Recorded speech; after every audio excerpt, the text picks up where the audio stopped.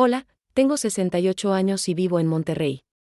Por décadas sacrifiqué todo por mis hijos, construí un imperio con mis propias manos desde que vendía artesanías en San Antonio, pero el día de la fiesta de cumpleaños de mi hija, cuando llegué cargando el pastel que yo misma había encargado, escuché las palabras que destrozaron mi corazón: mamá, mejor vete. No combinas con nuestra turma. Mira cómo vienes vestida. Hoy estoy aquí para contarte cómo descubrí que mis propios hijos estaban robándome, usando mi dinero para vivir vidas de lujo mientras me trataban como una intrusa. Decidí compartir mi historia porque sé que hay otras madres allá afuera sufriendo en silencio, siendo usadas por sus propios hijos, y si mi experiencia puede darles la fuerza para poner límites, habrá valido la pena cada lágrima. Si te conmueve lo que estoy a punto de revelarte, te pido que dejes tu comentario, que le des like y te suscribas a este canal. ¿Sabes lo importante que es saber que alguien entiende este dolor? Me llamo María Elena Rodríguez, tengo 68 años y vivo en Monterrey, México. Hoy voy a contarles una historia que guardé en silencio durante mucho tiempo, una verdad que me quemaba por dentro como chile habanero en una herida abierta. Es la historia de cómo mis propios hijos me humillaron públicamente, de cómo me trataron como si yo fuera una vergüenza para ellos, y de cómo finalmente encontré la fuerza para enfrentarlos y recuperar mi dignidad. ¿Saben lo que se siente cuando tus propios hijos, esos niños que cargaste en tu vientre, que amamantaste, que criaste con todo tu amor y sacrificio, te miran con vergüenza? ¿Cuándo te dicen que no encajas en su mundo, que no eres suficientemente buena para estar a su lado? Yo lo viví, y les aseguro que el dolor es tan intenso que no hay palabras en español ni en ningún idioma que puedan describirlo completamente. Durante 50 años trabajé sin descanso. Empecé vendiendo tortillas hechas a mano en las calles de San Antonio cuando apenas tenía 18 años.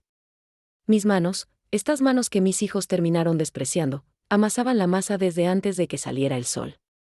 El olor del comal caliente, del maíz recién molido, era mi perfume diario. No había glamour, no había lujos, solo trabajo honesto y la firme determinación de darles a mis hijos una vida mejor que la mía. Poco a poco, con el sudor de mi frente y la bendición de Dios, construí un pequeño imperio.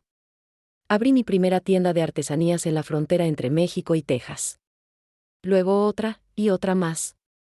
Vendía rebozos bordados, cerámicas de Talavera, figuras de barro, todo hecho por artesanos mexicanos que, como yo, necesitaban una oportunidad. Los turistas americanos adoraban mis productos. Cada venta significaba más comida en la mesa de mis hijos, mejores escuelas, mejores oportunidades. Pero yo nunca cambié. Seguía usando mis vestidos tradicionales bordados, esos que yo misma cosía en las noches después de cerrar la tienda. Seguía cocinando pozole los domingos, preparando tamales en Navidad, haciendo mole para las fiestas importantes. Seguía hablando con el acento norteño que traía desde niña, usando palabras como órale y ándale, que a mis hijos les parecían tan corrientes, tan vulgares. Mis 3 hijos crecieron rodeados de comodidades que yo nunca tuve. Los mandé a las mejores escuelas privadas de Monterrey. Pagué universidades caras. Financié sus primeros negocios, sus primeros departamentos, sus primeros autos. Y nunca, jamás, les pedí nada a cambio. Una madre mexicana no espera gratitud, simplemente da porque esa es nuestra naturaleza, nuestro destino, nuestro propósito en la vida. Pero algo cambió cuando mis hijos entraron en círculos sociales más altos. Comenzaron a juntarse con gente de dinero viejo, familias con apellidos importantes en Monterrey. Se casaron con personas que miraban hacia abajo a cualquiera que oliera a trabajo manual. Y poco a poco, de manera tan sutil que al principio no me di cuenta, comenzaron a alejarse de mí. Las invitaciones a sus casas se volvieron menos frecuentes. Cuando los visitaba, notaba cómo escondían las fotos donde yo aparecía con mi vestido tradicional. En las reuniones familiares, me presentaban rápidamente y luego encontraban excusas para mantenerme en la cocina, lejos de sus amigos elegantes. Yo lo permitía, pensando que así los hacía felices, que así les facilitaba las cosas. ¿Cómo no iba a permitirlo? Yo venía de la pobreza, de las calles polvorientas de una colonia marginal. Ellos vivían en residencias con jardines perfectamente cuidados en las zonas más exclusivas de la ciudad. Yo olía a canela y vainilla de tanto cocinar. Ellos usaban perfumes franceses que costaban más que mi primer mes de ventas en mi tienda. Era natural que hubiera diferencias, o eso me decía yo para calmar el dolor que crecía en mi pecho. Pero nunca imaginé, ni en mis peores pesadillas, que mis hijos serían capaces de humillarme de la manera en que lo hicieron. Nunca imaginé que llegaría el día en que me mirarían como si yo fuera una extraña, una intrusa, algo incómodo que había que esconder. Ese día llegó en octubre del año pasado, y cambió todo para siempre. Octubre es un mes hermoso en Monterrey. El calor sofocante del verano ya pasó, y el aire se vuelve más fresco, más agradable. Las jacarandas han perdido sus flores violetas, pero los árboles siguen verdes y frondosos. Es el mes perfecto para celebraciones, para fiestas en los jardines de los clubes exclusivos donde mis hijos ahora tenían membresía. Membresía que yo pagaba, aunque ellos nunca lo mencionaban delante de sus amigos. Mi hija mayor, Patricia, cumplía 40 años. Decidió hacer una fiesta grande en el club más prestigioso de San Pedro Garza García, el Corazón del Dinero Regio. Me llamó para avisarme, y aunque su tono era frío, casi obligado, yo me emocioné. Sería una oportunidad de estar con mis 3 hijos al mismo tiempo, algo que ya no sucedía con frecuencia. Pasé días preparándome. Mandé a hacer un vestido nuevo, uno especial que combinaba mi estilo tradicional con toques más modernos. Gasté más de lo que normalmente gastaría en mí misma, solo para que mis hijos se sintieran orgullosos. Ordené un pastel de 3 pisos en la mejor pastelería de la Avenida Constitución, un pastel que costó una fortuna pero que reflejaba todo mi amor de madre. La tarde de la fiesta, mientras me arreglaba frente al espejo de mi habitación, con el olor del pozole que había preparado esa mañana todavía impregnado en mi ropa, miré mi reflejo. Tenía 68 años, pero me sentía bien. Mi vestido bordado brillaba con hilos dorados. Llevaba el rebozo que mi propia madre me había regalado décadas atrás. Me veía como lo que soy, una mujer mexicana trabajadora, orgullosa de sus raíces. Llegué al club cargando el pastel enorme. El salón estaba decorado con flores blancas y doradas, música suave de jazz sonaba de fondo, y meseros elegantes servían copas de champán francés. Todos los invitados vestían de manera impecable, trajes de diseñador, vestidos de alta costura. Y ahí estaba yo, con mi vestido tradicional y mi rebozo, cargando un pastel, sintiendo que cada paso me hundía más en mi propia insignificancia. Pero todavía no sabía lo que estaba por venir. Todavía creía que era bienvenida. Todavía pensaba que el amor de una madre siempre sería suficiente. Cuando crucé las puertas del salón de fiestas, el pastel pesaba tanto en mis brazos que sentía que se me iban a adormecer. Era un pastel hermoso, de 3 pisos, decorado con rosas de azúcar y detalles en oro comestible. Lo había ordenado con 3 semanas de anticipación, eligiendo cada detalle con cuidado, pensando en el rostro de felicidad que pondría Patricia cuando lo viera. El salón estaba lleno de gente que no conocía. Mujeres con vestidos ceñidos y tacones altísimos, hombres con trajes que probablemente costaban más que el inventario completo de mi tienda. Todos conversaban en grupos cerrados, sosteniendo copas de cristal que brillaban bajo las lámparas de araña. El ambiente olía a perfumes caros mezclados con el aroma de canapés sofisticados que los meseros llevaban en charolas plateadas. Busqué con la mirada a Patricia, mi hija mayor. La vi al fondo del salón, junto a su esposo Ricardo y varios de sus amigos del club de golf. Llevaba un vestido azul marino que le llegaba hasta las rodillas, elegante y discreto, con zapatos de tacón que la hacían ver aún más alta. Su cabello estaba perfectamente peinado en un chongo bajo, y sus aretes de diamantes capturaban la luz cada vez que movía la cabeza. Caminé hacia ella con una sonrisa, emocionada de mostrarle el pastel que había mandado hacer especialmente para ella. Pero cuando estaba a pocos metros de distancia, algo en su expresión me detuvo. Sus ojos se abrieron con algo que no era sorpresa feliz. Era más bien alarma, tal vez incluso pánico. Patricia se disculpó rápidamente con el grupo con el que hablaba y caminó hacia mí con pasos rápidos. Su sonrisa era tensa, forzada, como cuando uno intenta disimular la incomodidad. Llegó hasta donde yo estaba y, sin siquiera mirar el pastel que yo cargaba con tanto orgullo, me tomó del brazo y me condujo hacia un rincón menos visible del salón. «Mamá, ¿qué haces aquí tan temprano?», me preguntó en voz baja, casi en un susurro, como si no quisiera que nadie más nos escuchara. No entendí la pregunta. «Vine a tu fiesta, mija. Traje el pastel que ordenamos. Míralo, ¿no está hermoso?». Patricia ni siquiera volteó a ver el pastel. Sus ojos recorrían nerviosamente el salón, verificando si alguien nos estaba observando. «Mamá, te dije que la fiesta empezaba a las 8. Todavía son las 6. Estás muy temprano». Pero quisiste traer el pastel con tiempo, para que lo pongan en refrigeración, respondí, confundida por su tono frío. Además, pensé que te gustaría que te ayudara con los últimos preparativos. Fue entonces cuando aparecieron mis otros dos hijos. Roberto, el del medio, vestía un traje gris impecable y llevaba del brazo a su esposa Daniela, quien me miró de arriba abajo con una expresión que no logré descifrar completamente. Y Luis, el menor, venía con su novia Sofía, ambos con expresiones incómodas. Patricia intercambió miradas con sus hermanos, esas miradas cómplices que los hijos tienen cuando están comunicándose sin palabras. Algo estaba pasando, algo que yo no comprendía pero que me hacía sentir cada vez más pequeña, más fuera de lugar. Mamá, comenzó Roberto acercándose, necesitamos hablar contigo. El corazón me dio un vuelco. ¿Había pasado algo malo? ¿Alguien estaba enfermo? Mis manos apretaron más fuerte el pastel, como si ese gesto pudiera protegerme de lo que estaba por venir. Daniela, la esposa de Roberto, fue quien habló primero. María Elena, mira, la verdad es que esta fiesta es muy importante para nosotros.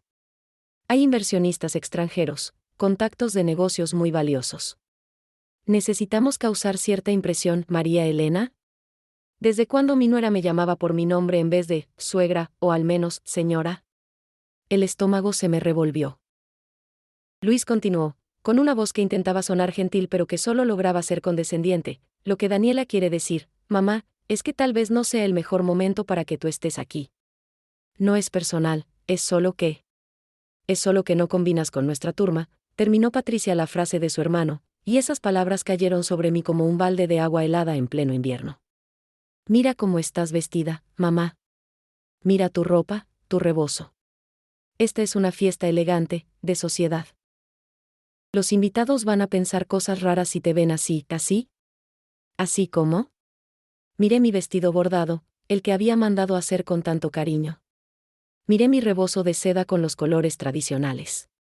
Miré mis manos, curtidas por años de trabajo, sosteniendo un pastel de 3 pisos que había costado más que el salario mensual de muchas personas. Cosas raras, repetí, sintiendo como la voz se me quebraba. ¿Qué cosas raras van a pensar? Sofía, la novia de Luis, intervino con un tono que pretendía ser dulce pero que sonaba hueco. Es que, señora María Elena, usted sabe cómo es esta gente. Son muy estirados. Van a hacer comentarios. Y Patricia, Roberto y Luis están tratando de cerrar unos negocios importantes con algunos de los invitados. ¿No pueden darse el lujo de que haya distracciones? ¿Distracciones? Yo era una distracción. Yo, la madre que los había criado, que había trabajado hasta quedar exhausta para darles todo lo que ellos ahora disfrutaban. Yo era una distracción, un estorbo, algo que había que esconder. El pastel comenzó a temblar en mis manos. No porque pesara demasiado, sino porque todo mi cuerpo estaba empezando a temblar. Sentía calor en las mejillas, un calor que no era del clima sino de la vergüenza, de la humillación, del dolor profundo que me atravesaba el pecho. Mamá, por favor, no te lo tomes mal, dijo Roberto colocando una mano en mi hombro. Es solo por hoy. Otro día hacemos algo más privado, más familiar, donde todos podamos estar cómodos. Mejor vete a casa, añadió Patricia, quitándome finalmente el pastel de las manos y pasándoselo a un mesero que apareció de la nada. Nosotros nos encargamos de todo. Te llamamos mañana. Y entonces, como si el universo conspirara para completar mi humillación, uno de los invitados se acercó. Era un hombre de unos 50 años, bien vestido, con acento extranjero. Patricia, querida, ¿nos presentas a tu ayudante? Ayudante. Pensó que yo era la ayudante contratada para la fiesta. Y lo peor de todo fue que Patricia no lo corrigió. Solo sonrió incómoda y dijo, ella ya se estaba yendo. Mis hijos me estaban corriendo de la fiesta. Me estaban echando como si yo fuera una empleada indeseable, como si mi presencia fuera algo sucio que manchaba su evento perfecto. Y todo porque mi vestido era tradicional, porque mis manos mostraban el trabajo de décadas, porque yo representaba todo lo que ellos querían olvidar, su origen humilde, su historia real, la verdad de cómo habían llegado a donde estaban. Las lágrimas comenzaron a quemarme los ojos. No quería llorar ahí, no delante de toda esa gente. No quería darles la satisfacción de verme quebrarme. Así que simplemente asentí con la cabeza, di media vuelta, y caminé hacia la salida con toda la dignidad que pude reunir. Atravesé el salón sintiendo que cada paso era una eternidad. Podía sentir miradas sobre mí, escuchar murmullos, imaginar las conversaciones que se estaban dando. ¿Quién es esa señora con ese vestido tan raro? ¿Por qué viene vestida así a una fiesta de este nivel? Qué vergüenza para la familia anfitriona. Cuando finalmente salí del club y el aire fresco de la tarde me golpeó el rostro, las lágrimas ya no pudieron contenerse. Lloré ahí, en el estacionamiento, junto a mi viejo auto que contrastaba brutalmente con los Mercedes y BMWs que lo rodeaban. Lloré por la humillación, por el rechazo, por el dolor de descubrir que para mis hijos yo era una vergüenza. ¿En qué momento había perdido a mis hijos? ¿En qué punto del camino se habían transformado en estas personas frías y calculadoras que anteponían las apariencias y el dinero al amor de su propia madre? Conduje de regreso a mi casa en Colonia del Valle con el corazón hecho pedazos. Las calles de Monterrey pasaban borrosas por las ventanas a través de mis lágrimas. El olor del pozole que había preparado esa mañana todavía impregnaba mi ropa, mezclándose ahora con el olor salado de mis lágrimas. Cuando llegué a mi casa, esa casa modesta que había comprado con mis primeros ahorros hace más de 30 años, me senté en la cocina y lloré como no lloraba desde que había muerto mi esposo. Lloré por la inocencia perdida, por la relación rota con mis hijos, por todos esos años de sacrificio que ahora parecían no significar nada. Pero en medio de ese dolor, en medio de esa oscuridad absoluta, algo comenzó a despertar dentro de mí. Una chispa pequeña pero persistente. Era rabia, sí, pero también era algo más. Era el inicio de una comprensión de que tal vez, solo tal vez, había llegado el momento de que yo también hiciera algo por mí misma. De que dejara de permitir que me trataran como menos que nada. Esa noche marcó el inicio de mi transformación. No lo sabía en ese momento, pero aquella humillación sería el catalizador que cambiaría todo. Los primeros días después de la humillación en la fiesta fueron los más difíciles. Me quedaba sentada en mi cocina, mirando las paredes que había pintado yo misma hace años, escuchando el tic-tac del reloj que había pertenecido a mi abuela. El silencio de la casa era ensordecedor. Ninguno de mis hijos llamó para disculparse, para explicar, para al menos preguntar si había llegado bien a casa. El teléfono sonaba ocasionalmente, pero era don Héctor de la tienda, preguntando sobre inventarios. O doña Carmen, mi comadre del mercado, invitándome a tomar café. Pero de mis hijos, nada. El silencio de ellos dolía más que cualquier palabra cruel que hubieran podido decirme. Me descubrí cocinando compulsivamente, como siempre hacía cuando estaba nerviosa o triste. Preparé tamales de rajas con queso aunque no había nadie para comerlos. Hice pozole rojo para una semana completa. Amasé pan dulce hasta que me dolieron las manos. La cocina se llenaba de aromas familiares que normalmente me reconfortaban, pero esta vez solo servían para recordarme que estaba cocinando para nadie, que mis hijos ya no venían a comer a mi casa como cuando eran pequeños. Una mañana, 2 semanas después de la fiesta, mientras preparaba mi café de olla con canela y piloncillo, me senté en mi pequeño escritorio en la parte trasera de la casa. Era un espacio que mantenía ordenado obsesivamente, con todos mis documentos importantes guardados en archiveros viejos pero funcionales. Ahí llevaba el control de mi tienda, de las rentas de algunas propiedades que había comprado con los años, de mis cuentas bancarias. Algo me impulsó a revisar los estados de cuenta de mis tarjetas de crédito. No era algo que hiciera regularmente porque confiaba en que todo estaba en orden. Después de todo, yo era muy cuidadosa con mis gastos. Pero ese día, con el corazón todavía lastimado y una sensación extraña en el estómago, decidí revisar cada detalle. Lo que encontré me dejó helada. En la tarjeta corporativa que usaba ocasionalmente para gastos de la tienda, había compras que yo no reconocía. Un cargo de 50,000 pesos en el Palacio de Hierro. Otro de 30,000 en Liverpool. Cenas en restaurantes carísimos de San Pedro, La Nacional, Pangea, lugares donde yo nunca había puesto un pie. Al principio pensé que era un error del banco, tal vez fraude de alguien que había clonado mi tarjeta. Llamé al banco inmediatamente, con las manos temblando mientras marcaba los números. La ejecutiva que me atendió revisó las transacciones y me explicó que todas habían sido autorizadas con el código de seguridad correcto, algunas incluso firmadas digitalmente. ¿Quién más tiene acceso a su tarjeta, señora Rodríguez?, me preguntó la ejecutiva con tono profesional pero preocupado. La verdad me cayó encima como una tonelada de ladrillos. Mis hijos. Yo les había dado tarjetas adicionales años atrás, cuando todavía eran estudiantes y necesitaban ayuda ocasional con gastos. Se suponía que esas tarjetas eran solo para emergencias. Nunca pensé que... Necesito un reporte completo de todas las transacciones de los últimos 6 meses, le pedí a la ejecutiva, tratando de mantener la voz firme aunque sentía que me temblaban hasta las rodillas. 2 días después, cuando llegó el reporte completo por correo certificado, tuve que sentarme en el piso de mi sala porque las piernas ya no me sostenían. Las cifras eran abrumadoras. Durante los últimos 6 meses, mis hijos habían gastado más de 2 millones de pesos en mis tarjetas. 2 millones de pesos que yo no había autorizado, en cosas que ellos nunca me mencionaron. Compras en tiendas de lujo. Viajes a Cancún, Puerto Vallarta, incluso uno a Europa. Pagos en spas, restaurantes exclusivos, clubs nocturnos. Patricia había usado mi tarjeta para pagar parte de la fiesta donde me humillaron. Roberto había financiado un auto nuevo con un enganche que salió de mi cuenta. Luis había pagado las mensualidades de un departamento en una zona residencial carísima. Cada línea del estado de cuenta era una puñalada más profunda. No solo me habían rechazado y humillado por mi apariencia, sino que además habían estado robándome descaradamente durante meses. Y yo, concentrada en mi trabajo y en tratar de ser una buena madre, no me había dado cuenta. El café de olla se enfrió en mi taza mientras yo revisaba página tras página de gastos no autorizados. El aroma dulce de la canela que normalmente me relajaba ahora me provocaba náuseas. ¿Cómo había sido tan ciega? ¿Cómo no me había dado cuenta de que mis hijos me estaban usando como su banco personal? Pero las tarjetas de crédito fueron solo el principio. Algo me dijo que cavara más profundo. Con manos temblorosas, comencé a revisar todos los documentos que tenía guardados. Contratos viejos, escrituras de propiedades, estados de cuenta bancarios de años anteriores. Encontré documentos de préstamos que no recordaba haber firmado.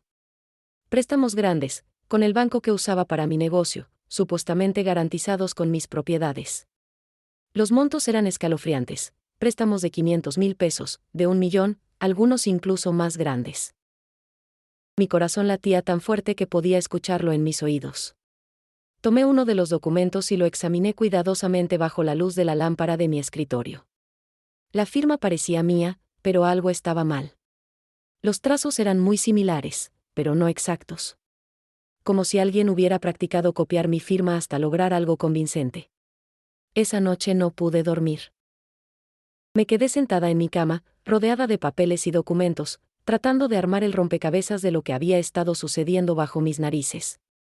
La imagen que emergía era aterradora. Mis hijos no solo me habían despreciado y humillado, sino que además habían estado cometiendo fraude con mis documentos durante quién sabe cuánto tiempo. Al día siguiente tomé la decisión más difícil de mi vida. Necesitaba ayuda profesional. No podía enfrentar esto sola. Llamé a don Raúl, un contador que había trabajado conmigo durante años en mi tienda. Era un hombre honesto, discreto, alguien en quien podía confiar. Don Raúl, necesito que me ayude con algo delicado, le dije cuando se reunió conmigo en mi casa 2 días después. Necesito saber exactamente qué está pasando con mis finanzas. Creo que hay fraude. La palabra sonó terrible al salir de mis labios. Fraude. Cometido por mis propios hijos. ¿Qué clase de madre era yo que ni siquiera me había dado cuenta de que mis hijos me estaban robando? Don Raúl era un hombre de unos 60 años, con anteojos gruesos y una manera meticulosa de trabajar que siempre me había dado confianza. Se sentó en mi mesa del comedor, que limpié cuidadosamente antes de que llegara, y comenzó a revisar todos los documentos que yo había reunido. El olor del café recién hecho llenaba la casa mientras él trabajaba en silencio, haciendo anotaciones en una libreta vieja. De vez en cuando levantaba la vista para hacerme alguna pregunta, y yo respondía lo mejor que podía, aunque cada respuesta parecía revelar más y más de mi propia ingenuidad. Señora María Elena, me dijo finalmente después de varias horas de trabajo, quitándose los anteojos y frotándose el puente de la nariz. Esto es muy serio. Necesitamos hacer una auditoría completa. Revisar cada cuenta, cada propiedad, cada documento que tenga. Algo me dice que lo que hemos visto hasta ahora es solo la punta del iceberg. Sus palabras me llenaron de terror. ¿Podía ser peor de lo que ya había descubierto? ¿Cuánto más daño habían hecho mis hijos sin que yo lo supiera? Durante las siguientes 3 semanas, don Raúl trabajó incansablemente revisando cada detalle de mi situación financiera. Yo seguía con mi rutina diaria, abriendo la tienda, atendiendo clientes, sonriendo cuando era necesario. Pero por dentro estaba muriendo poco a poco, esperando el veredicto final de la auditoría. Los domingos eran especialmente difíciles. Antes, los domingos eran días de familia. Yo preparaba comida para todos, mis hijos venían con sus parejas, comíamos juntos en el jardín. Ahora, los domingos eran días de soledad absoluta. Me encontraba preparando pozole por costumbre, solo para darme cuenta a medio camino de que no vendría nadie a comerlo. El teléfono sonó una tarde de noviembre. Era don Raúl. Su voz sonaba grave, preocupada. Señora María Elena, necesito que venga a mi oficina. Ya tengo los resultados de la auditoría. Es importante que hablemos en persona. El trayecto a su oficina en el centro de Monterrey fue el más largo de mi vida. El tráfico de la Avenida Constitución parecía moverse en cámara lenta. Cada semáforo en rojo era una eternidad. Mis manos sudaban sobre el volante del auto. Cuando finalmente llegué a la oficina de don Raúl, un espacio pequeño pero ordenado en un edificio viejo cerca del Mercado Juárez, él ya tenía todo preparado. Documentos organizados en carpetas, hojas con números y cálculos, gráficas que yo no comprendía completamente pero que se veían alarmantes. Señora, siéntese por favor, me dijo con tono gentil pero serio. Lo que voy a decirle no es fácil de escuchar. Me senté en la silla frente a su escritorio, aferrándome a mi bolsa como si fuera un salvavidas. El olor a papel viejo y tinta de la oficina me mareaba un poco. Sus hijos han cometido fraude sistemático durante al menos los últimos 3 años, comenzó don Raúl. Han falsificado su firma en múltiples documentos. Han solicitado préstamos usando sus propiedades como garantía sin su autorización. Han transferido dinero de sus cuentas a las de ellos de manera regular. Y lo más grave, han puesto varias de sus propiedades a nombre de sociedades que ellos controlan. Las palabras me llegaban como golpes físicos. Sentía que me faltaba el aire, que las paredes de la pequeña oficina se cerraban sobre mí. ¿Cuánto?, logré preguntar con voz temblorosa. ¿Cuánto dinero estamos hablando? Don Raúl se acomodó los anteojos y me miró con compasión antes de responder. Entre los préstamos fraudulentos, los gastos no autorizados y las transferencias ilegales, estamos hablando de aproximadamente 8 millones de pesos. Y eso sin contar el valor de las propiedades que han intentado apropiarse. 8 millones de pesos. La cifra era tan grande que mi mente se negaba a procesarla. Eso representaba años de trabajo, décadas de ahorro, sacrificios incontables. Y mis propios hijos me lo habían robado mientras yo seguía tratándolos con amor y respeto. Pero hay algo más, continuó don Raúl, y yo no sabía si podía soportar más malas noticias. He descubierto que también están planeando algo relacionado con el departamento donde vive Patricia. Ese departamento de lujo que ella dice haber comprado con su propio dinero. En realidad está registrado a su nombre, señora María Elena, usando un poder notarial que aparentemente usted firmó. Un poder que estoy seguro es falsificado. Mi cabeza daba vueltas. No solo me habían robado dinero, sino que también habían usado mi nombre para adquirir propiedades lujosas donde ellos vivían mientras yo seguía en mi casa modesta. La hipocresía era apabullante. ¿Qué puedo hacer?, pregunté finalmente, sintiendo las lágrimas amenazando con desbordarse. Son mis hijos. No puedo denunciarlos a la policía. Son mis hijos. Don Raúl suspiró. Entiendo su dilema, señora María Elena. Es una situación terrible. Pero necesita protegerse. Al menos legalmente. Le recomiendo que contrate un abogado especializado en fraudes financieros. Y que comience a tomar medidas para proteger lo que queda de su patrimonio. Salí de esa oficina como zombi, caminando sin rumbo por las calles del centro. El ruido de los vendedores ambulantes, el olor a tacos de las fondas, el bullicio normal de Monterrey, todo parecía lejano, como si yo estuviera viviendo en una pesadilla de la que no podía despertar. ¿Cómo había llegado a esto? ¿En qué momento la mujer que trabajó toda su vida para darles todo a sus hijos se había convertido en su víctima? ¿Y qué iba a hacer ahora con esta información que me quemaba por dentro? Diciembre llegó con sus tradiciones y sus fiestas, pero para mí era como si el mundo hubiera perdido sus colores. Las calles de Monterrey se llenaban de luces navideñas, las casas se decoraban con nacimientos y árboles brillantes, y por todos lados sonaban villancicos y música de posadas. Pero yo me sentía muerta por dentro, cargando el peso de un secreto terrible que no sabía cómo manejar. Mi comadre Esperanza, quien había sido mi amiga desde que llegué a Monterrey hace más de 40 años, notó que algo andaba mal. Esperanza era una mujer trabajadora como yo, limpiaba oficinas en el centro de la ciudad para mantener a sus nietos. Nos conocimos en el mercado cuando ambas éramos jóvenes y estábamos tratando de salir adelante. Una tarde me encontró llorando en mi cocina mientras intentaba sin éxito preparar tamales para Navidad. Mis manos temblaban tanto que no podía doblar las hojas de maíz correctamente. El olor del chile y la masa se mezclaba con el olor salado de mis lágrimas. María Elena, ¿qué te pasa, mujer?, me preguntó Esperanza sentándose a mi lado en la mesa. Llevas semanas con esa cara de sufrimiento. Y tus hijos no han venido. Ni para el Día de las Madres vinieron. ¿Qué está pasando? Le conté todo. Las palabras salieron de mí como río desbordado después de una tormenta. Le conté sobre la humillación en la fiesta, sobre los fraudes que había descubierto, sobre los millones de pesos que mis hijos me habían robado, sobre mi corazón roto y mi confusión sobre qué hacer. Esperanza me escuchó en silencio, su rostro reflejando cada una de mis emociones. Cuando terminé de hablar, me tomó las manos entre las suyas, manos también curtidas por el trabajo, y me dijo algo que nunca olvidaré: María Elena, el amor de madre es sagrado, pero eso no significa que tengas que permitir que te destruyan. Tus hijos se han perdido en el camino. Pero tú todavía puedes encontrarte a ti misma. Sus palabras tocaron algo profundo en mí. Pero antes de que pudiera responder, Esperanza me dijo algo más: mira, yo limpio la oficina del licenciado Martínez, el abogado que tiene su despacho en la Torre Comercial. Y casualmente, la semana pasada escuché una conversación que me dejó helada. Mi corazón comenzó a latir más fuerte. ¿Qué conversación? Estaba limpiando el baño cuando llegaron unos clientes. No me vieron porque pensaron que la oficina estaba vacía. Eran tus hijos, María Elena. Patricia, Roberto y Luis. Estaban hablando con el licenciado sobre ti. Sentí que el piso se movía bajo mis pies. ¿Sobre mí? ¿Qué decían? Esperanza apretó mis manos más fuerte.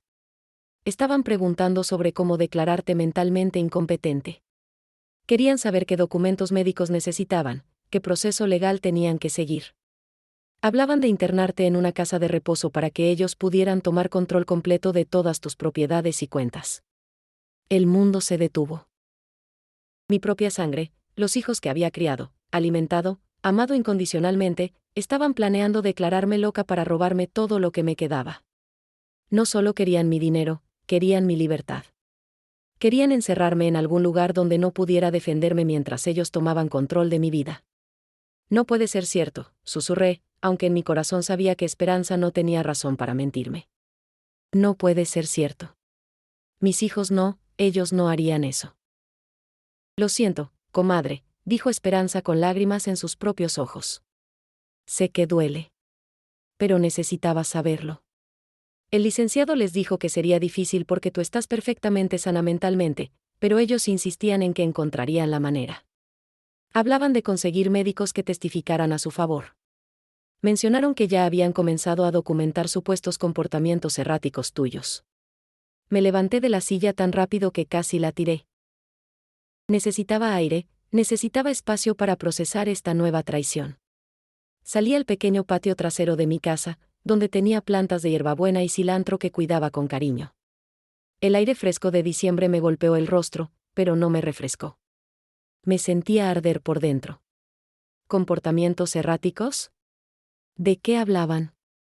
Yo trabajaba todos los días, mantenía mi casa, pagaba mis cuentas. Estaba perfectamente sana tanto física como mentalmente. Pero entonces comprendí, estaban construyendo una narrativa falsa. Seguramente habían comenzado a contarle a la gente que yo estaba perdiendo la memoria, que decía cosas sin sentido, que no podía cuidar de mí misma. Y la fecha en que habían visitado al abogado. Esperanza me dijo que fue la semana pasada.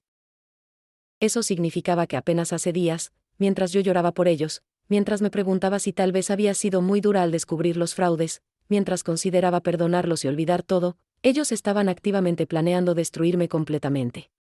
Volví a entrar a la casa. Esperanza seguía sentada en la cocina, esperándome con expresión preocupada. ¿Qué vas a hacer?, me preguntó. Por primera vez en semanas, sentí algo más que dolor y confusión. Sentí rabia.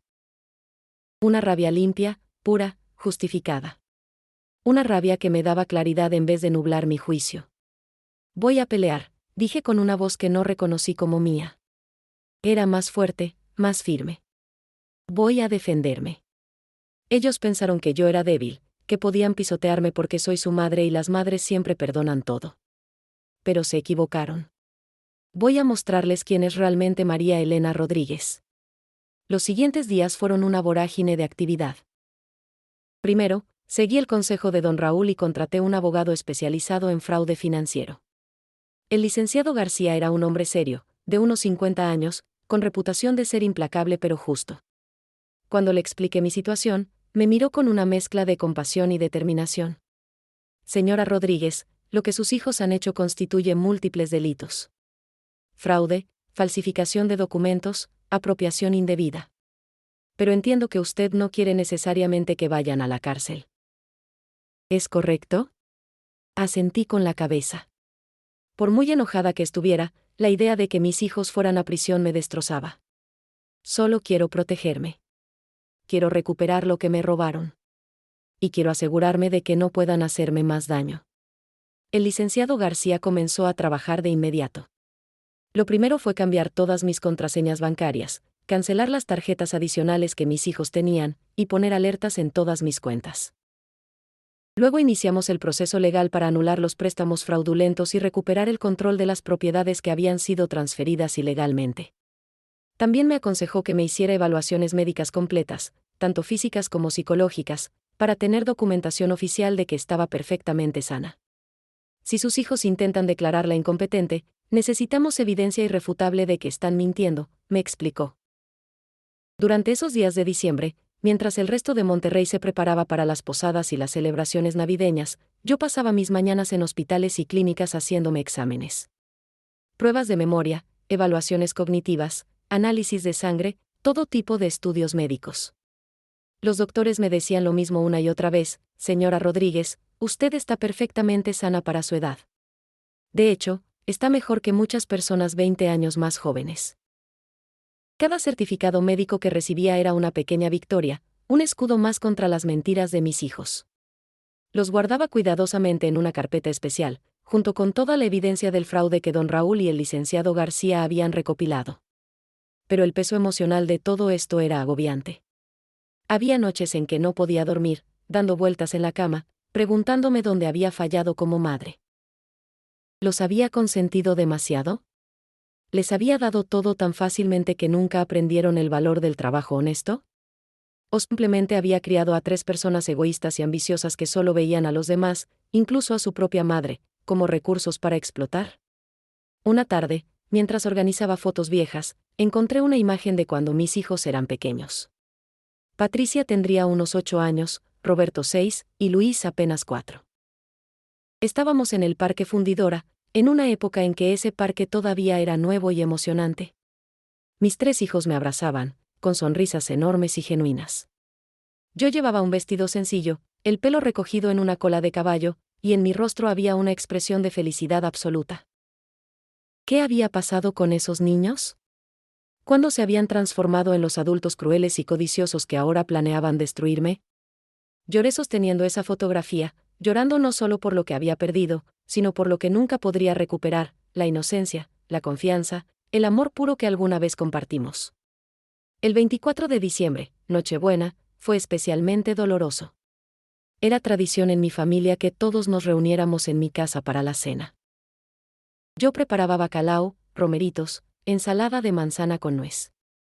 Decorábamos el árbol juntos, cantábamos villancicos, intercambiábamos regalos a medianoche. Este año, mi casa estuvo vacía y silenciosa. Ni siquiera me molesté en poner el árbol. ¿Para qué? No había nadie para compartirlo. Mis hijos no llamaron, no mandaron mensaje, nada. Era como si yo hubiera muerto para ellos. Me senté sola en mi sala, con solo el sonido del reloj de pared marcando el paso del tiempo. Por la ventana podía ver las casas de mis vecinos, todas iluminadas, llenas de vida y celebración. Y yo estaba ahí, una madre abandonada en la noche que se suponía era sobre familia y amor. Pero cuando el reloj marcó la medianoche, no me permití seguir hundiéndome en la autocompasión. En vez de eso, me levanté, fui a mi escritorio, y saqué todos los documentos que había estado reuniendo. La evidencia del fraude, los certificados médicos, los estados de cuenta. Los esparcí sobre la mesa del comedor y los miré bajo la luz de la lámpara. Esto era mi munición. Esto era mi defensa. Y más importante, esto era mi prueba de que yo no era la loca, la incompetente, la inútil que mis hijos querían que todos creyeran. En ese momento, en esa Nochebuena solitaria, tomé una decisión que cambiaría todo. No iba a esconderme. No iba a permitir que mis hijos controlaran la narrativa. Iba a enfrentarlos. Pero no de manera privada, donde pudieran minimizar o negar sus acciones. Iba a hacerlo públicamente, delante de todas las personas que ellos habían usado para humillarme. Si querían jugar sucio, yo les enseñaría que su madre también sabía pelear. Tal vez no con sus métodos sofisticados y sus contactos en círculos altos. Pero sí con la verdad, con evidencia, y con la dignidad de quien no tiene nada que esconder. Esa noche, mientras los fuegos artificiales de la celebración iluminaban el cielo de Monterrey, yo hice un plan. Un plan que requeriría paciencia, precisión y sobre todo, valentía. Un plan que me aterraba pero que sabía era necesario. Mis hijos creían que me conocían. Creían que podían manipularme, robarme, humillarme, y yo simplemente lo aceptaría porque era su madre. Pero estaban a punto de descubrir que la mujer que vendió tortillas en las calles, que construyó un negocio de la nada, que sobrevivió a décadas de trabajo duro, no era alguien que se rendiría fácilmente. La batalla apenas comenzaba.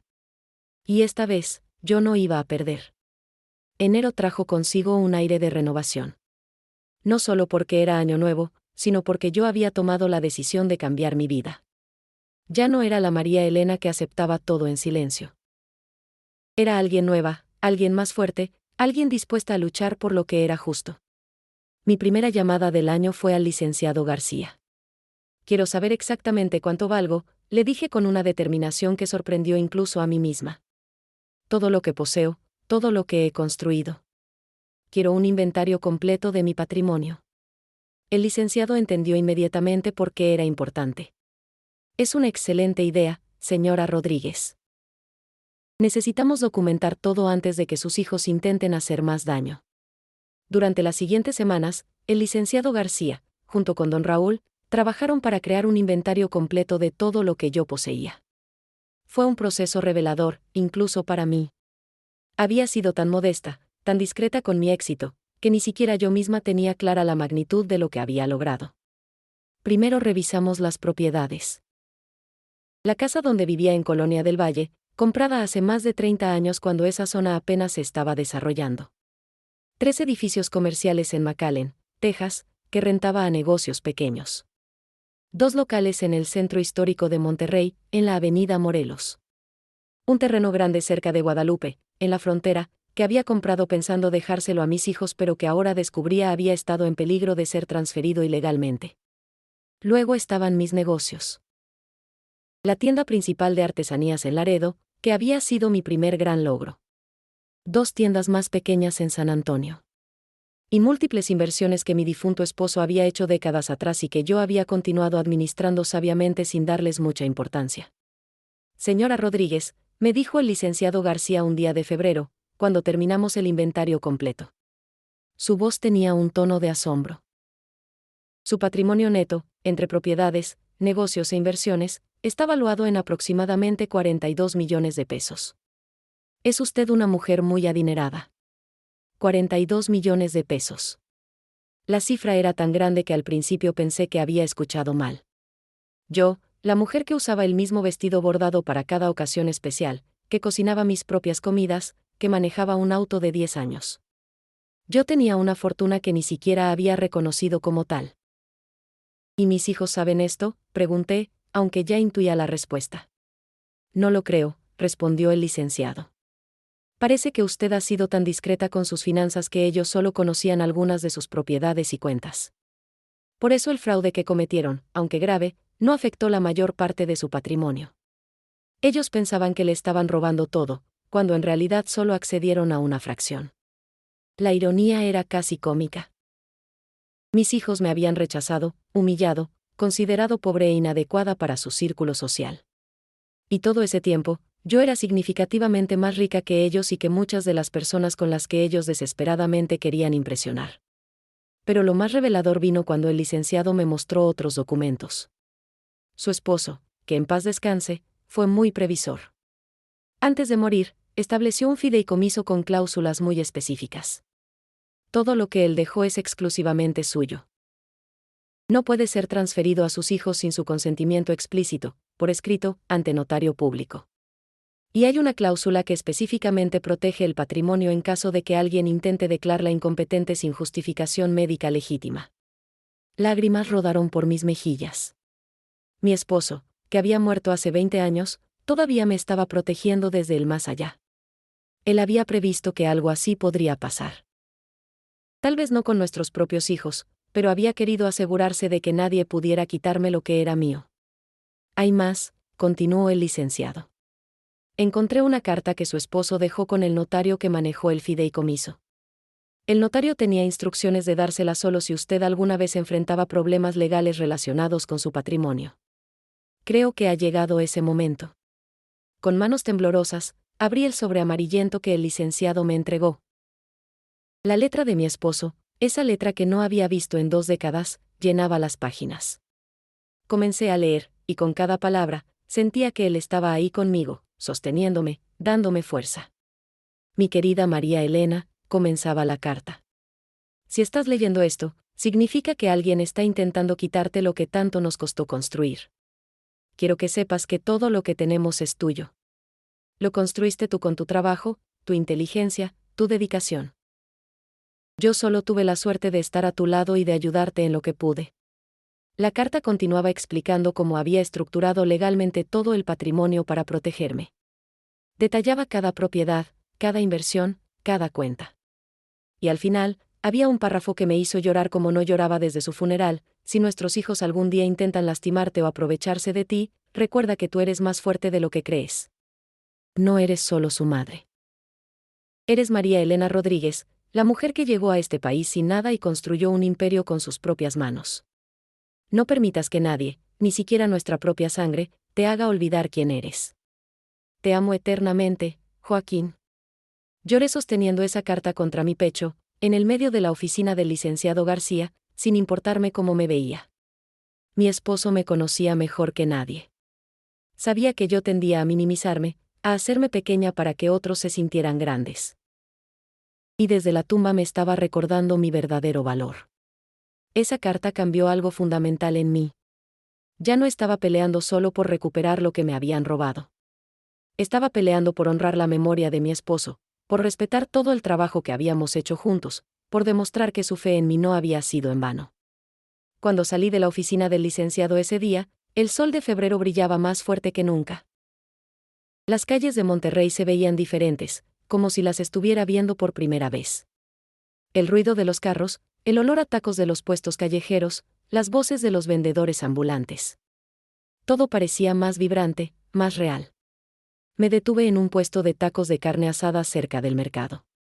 Era un puesto humilde, atendido por un señor mayor y su hijo. Pedí 3 tacos con todo, cilantro, cebolla, salsa verde. Me senté en una de las sillas de plástico y comí ahí, en la calle, sintiendo el jugo de la carne correr por mis dedos.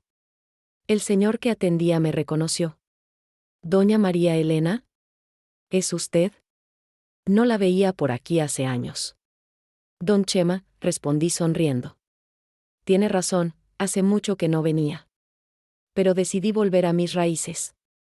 Conversamos mientras yo comía, hablando de los viejos tiempos, de cuando yo apenas comenzaba mi tienda y venía aquí a comer entre clientes.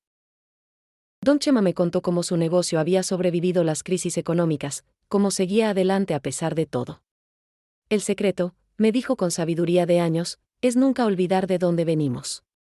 No importa cuánto crezca uno, las raíces son las que nos mantienen de pie cuando vienen los vientos fuertes. Sus palabras resonaron profundamente en mí. Mis hijos se habían avergonzado de sus raíces. Habían querido cortar todos los lazos con su origen humilde. Y en el proceso, habían perdido no solo su conexión conmigo, sino también su propia integridad y valores. Durante las siguientes semanas de febrero y marzo, mientras la primavera comenzaba a florecer en Monterrey, yo también florecía. Volví a participar activamente en mi tienda principal, algo que había delegado demasiado en los últimos años. Hablaba con los artesanos que me proveían productos, aprendía sobre sus historias, sus luchas, sus sueños. Conocí a una joven artesana de Oaxaca que hacía rebozos hermosos pero que apenas podía sobrevivir con lo que ganaba. Le ofrecí un contrato justo, precios dignos por su trabajo. Cuando lloró de agradecimiento, entendí que mi riqueza no era solo números en una cuenta bancaria.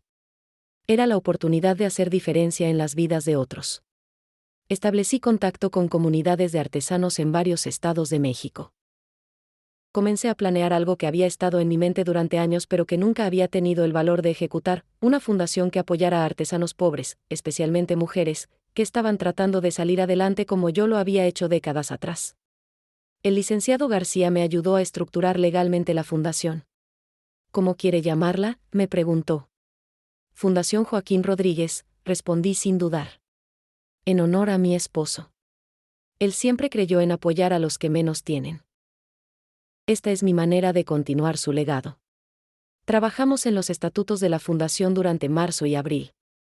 Sería una organización que proporcionaría microcréditos sin intereses a artesanos, capacitación en negocios, y acceso a mercados para vender sus productos.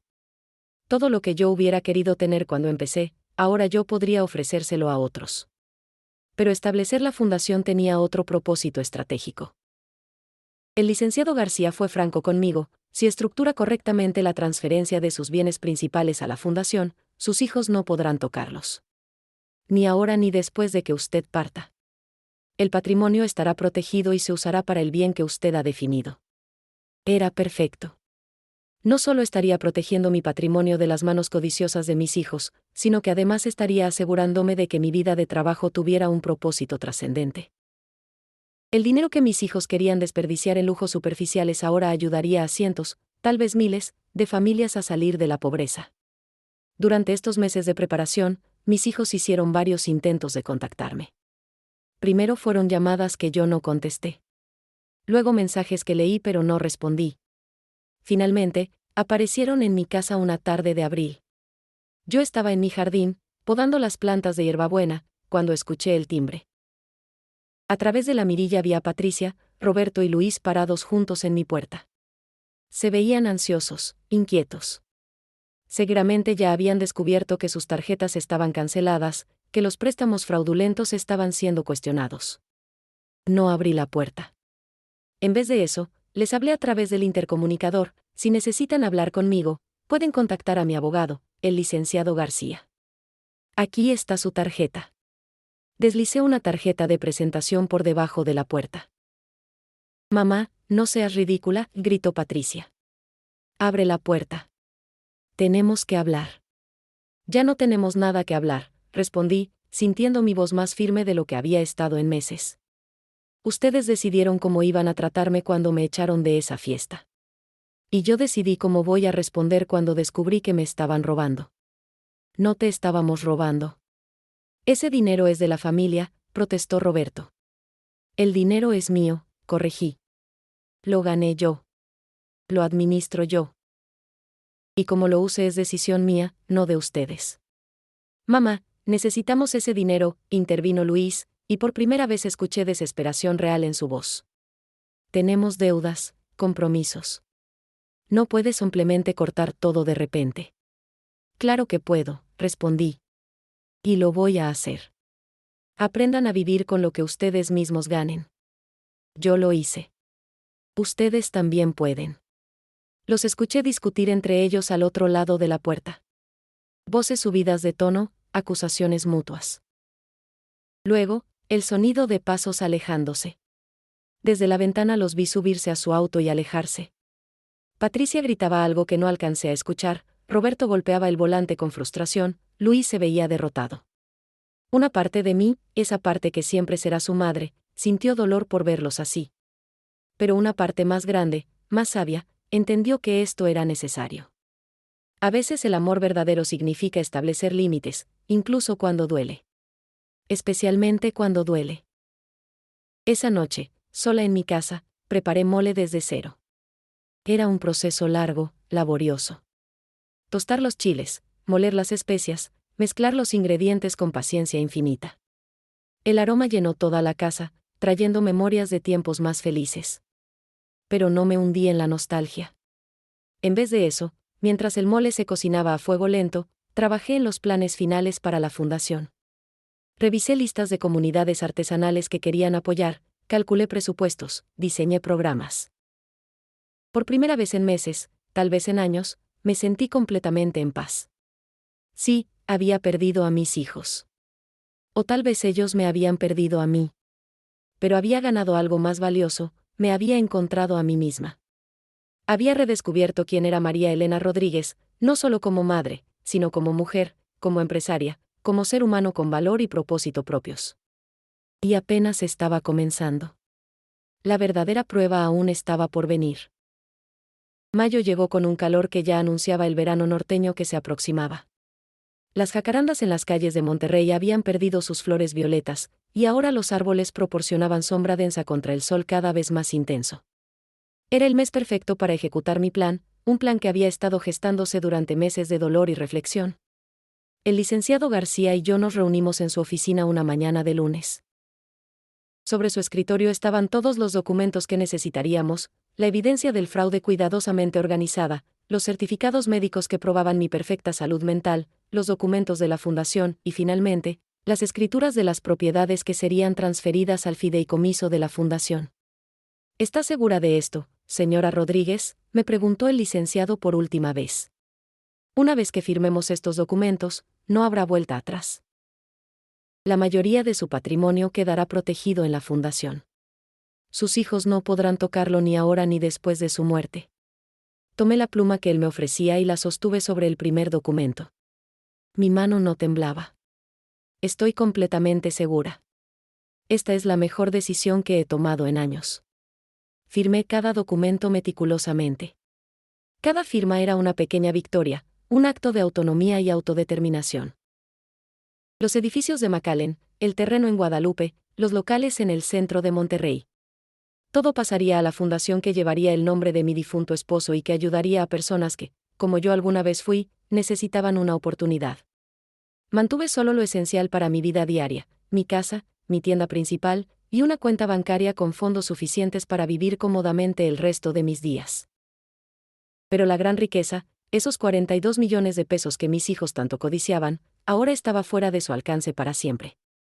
El siguiente paso, explicó el licenciado García una vez terminamos con los documentos, es notificar a sus hijos sobre las acciones legales que estamos tomando por el fraude que cometieron. Podemos hacerlo discretamente, con cartas enviadas por mensajería privada. O podemos hacerlo públicamente, terminé la frase que él dejó inconclusa. Quiero que sea público, licenciado.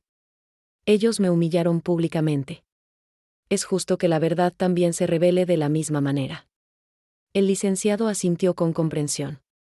En ese caso, tengo una propuesta. Su hija Patricia está planeando otro evento grande el próximo mes, según informó uno de mis asociados.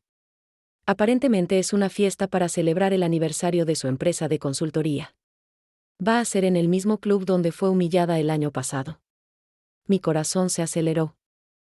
La simetría era perfecta. ¿Cómo sabe esto? La empresa de Patricia contrató nuestro despacho para revisar unos contratos. Mi socio junior está manejando el caso y mencionó casualmente la fiesta. Incluso me dijo que Patricia está tratando de impresionar a unos inversionistas extranjeros que podrían inyectar capital a su negocio. Una idea comenzó a formarse en mi mente. Era audaz, arriesgada y perfectamente apropiada. Licenciado, ¿podría usted conseguirme una invitación a esa fiesta? Él me miró con sorpresa, luego con admiración. Puedo hacer algo mejor. Puedo asegurarme de que su nombre esté en la lista de invitados VIP. Como madre de la anfitriona, sería completamente apropiado que usted asistiera. Durante las siguientes semanas, mientras junio se acercaba, me preparé cuidadosamente. Primero, contraté a una diseñadora de imagen personal. No porque quisiera cambiar quién era yo, sino porque quería presentarme de una manera que mis hijos no pudieran ignorar o despreciar. La diseñadora, una mujer joven y entusiasta llamada Mónica, entendió perfectamente lo que necesitaba. Vamos a crear un look que respete su identidad cultural pero que también muestre sofisticación y éxito, me explicó en nuestra primera cita. Queremos que cuando usted entre a esa fiesta, nadie pueda decir que no encaja. Compramos un traje sastre color azul marino, elegante pero no ostentoso. Zapatos de tacón cómodos pero bonitos. Y por primera vez en mi vida, fui a un salón de belleza profesional donde me arreglaron el cabello y me maquillaron de manera discreta pero favorecedora. Cuando me vi en el espejo el día de la prueba final, apenas me reconocí. Seguía siendo yo, María Elena Rodríguez.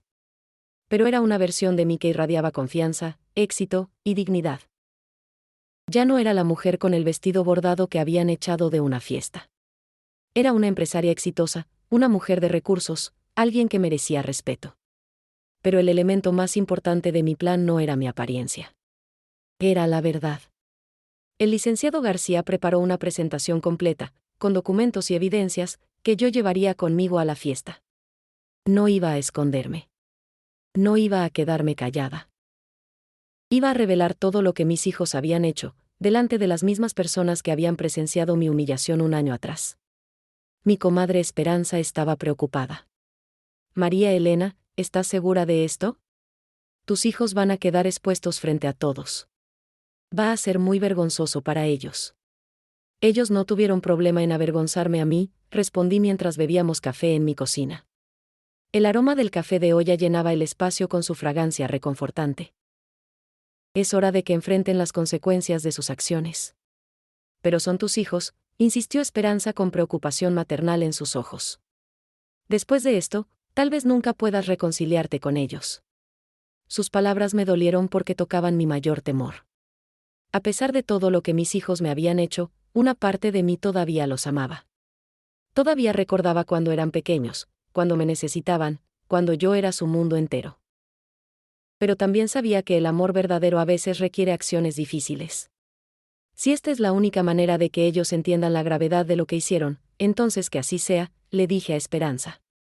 Tal vez después de esto, si tienen algo de conciencia, puedan reflexionar y cambiar. Pero no puedo vivir el resto de mi vida siendo su víctima.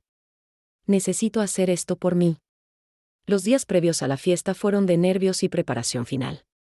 Don Raúl revisó cada número una última vez. El licenciado García ensayó conmigo exactamente qué decir y cuándo. Mónica, mi diseñadora de imagen, me ayudó a practicar mi postura y mi lenguaje corporal para proyectar confianza. También busqué apoyo espiritual. Fui a la iglesia de la Purísima que estaba cerca de mi casa, donde había asistido durante años. Encendí una veladora frente a la imagen de la Virgen de Guadalupe, la misma imagen que había sido consuelo en tantos momentos difíciles de mi vida. Virgencita, recé en silencio mientras las velas parpadeaban a mi alrededor, dame fuerza para hacer lo correcto. No busco venganza, solo justicia. Ayúdame a mantener mi dignidad y a hablar con verdad. Y si es tu voluntad, permite que algún día mis hijos y yo podamos sanar esta herida. El padre Miguel, que me conocía desde hacía años, se acercó y se sentó en la banca junto a mí. Era un hombre de unos 70 años, con cabello blanco y ojos llenos de compasión. Doña María Elena, la he visto venir mucho últimamente, me dijo con voz gentil. ¿Hay algo en lo que pueda ayudarla? Le conté todo. El padre Miguel escuchó sin interrumpir, asintiendo de vez en cuando. Cuando terminé, puso su mano sobre las mías. Lo que está pasando es muy doloroso, dijo con sabiduría acumulada de décadas de escuchar confesiones. Pero recuerde que la justicia y la venganza son cosas diferentes. La justicia busca restaurar el equilibrio, proteger a los inocentes y enseñar a los que han hecho mal. La venganza solo busca causar daño. Mientras su corazón esté en el lugar correcto, lo que va a hacer es justo. Sus palabras me dieron paz. No era una mala persona por defender mis derechos. No era cruel por querer que mis hijos enfrentaran las consecuencias de sus acciones. Era simplemente una mujer que había alcanzado su límite y que estaba tomando una postura. La noche antes de la fiesta, no pude dormir. Me quedé despierta mirando el techo, repasando mentalmente todo lo que diría. ¿Y si me equivocaba?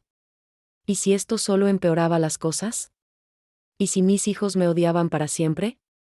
Pero luego recordé las palabras de la carta de mi esposo: eres María Elena Rodríguez, la mujer que llegó a este país sin nada y construyó un imperio con sus propias manos. No permitas que nadie, ni siquiera nuestra propia sangre, te haga olvidar quién eres. Me levanté antes del amanecer el día de la fiesta. Preparé café de olla y me senté en mi cocina viendo cómo el sol comenzaba a iluminar Monterrey. El aroma del café mezclado con canela me recordaba todas las mañanas tempranas de mi vida, cuando me levantaba a preparar tortillas, cuando abría mi primera tienda, cuando luchaba día a día por construir algo mejor. Hoy sería otro de esos días decisivos. Otro momento que definiría el resto de mi vida. Y estaba lista. Cuando llegó la tarde y me comencé a arreglar, cada paso era deliberado y consciente. Me puse el traje azul marino. Me maquillé cuidadosamente. Me peiné con elegancia. Me miré en el espejo y vi a una mujer que había pasado por el fuego y había salido más fuerte. El licenciado García y don Raúl pasaron a recogerme a mi casa. Habíamos decidido que era importante que yo no llegara sola, que tuviera testigos profesionales de lo que estaba a punto de suceder. ¿Lista?, me preguntó el licenciado mientras yo subía al auto.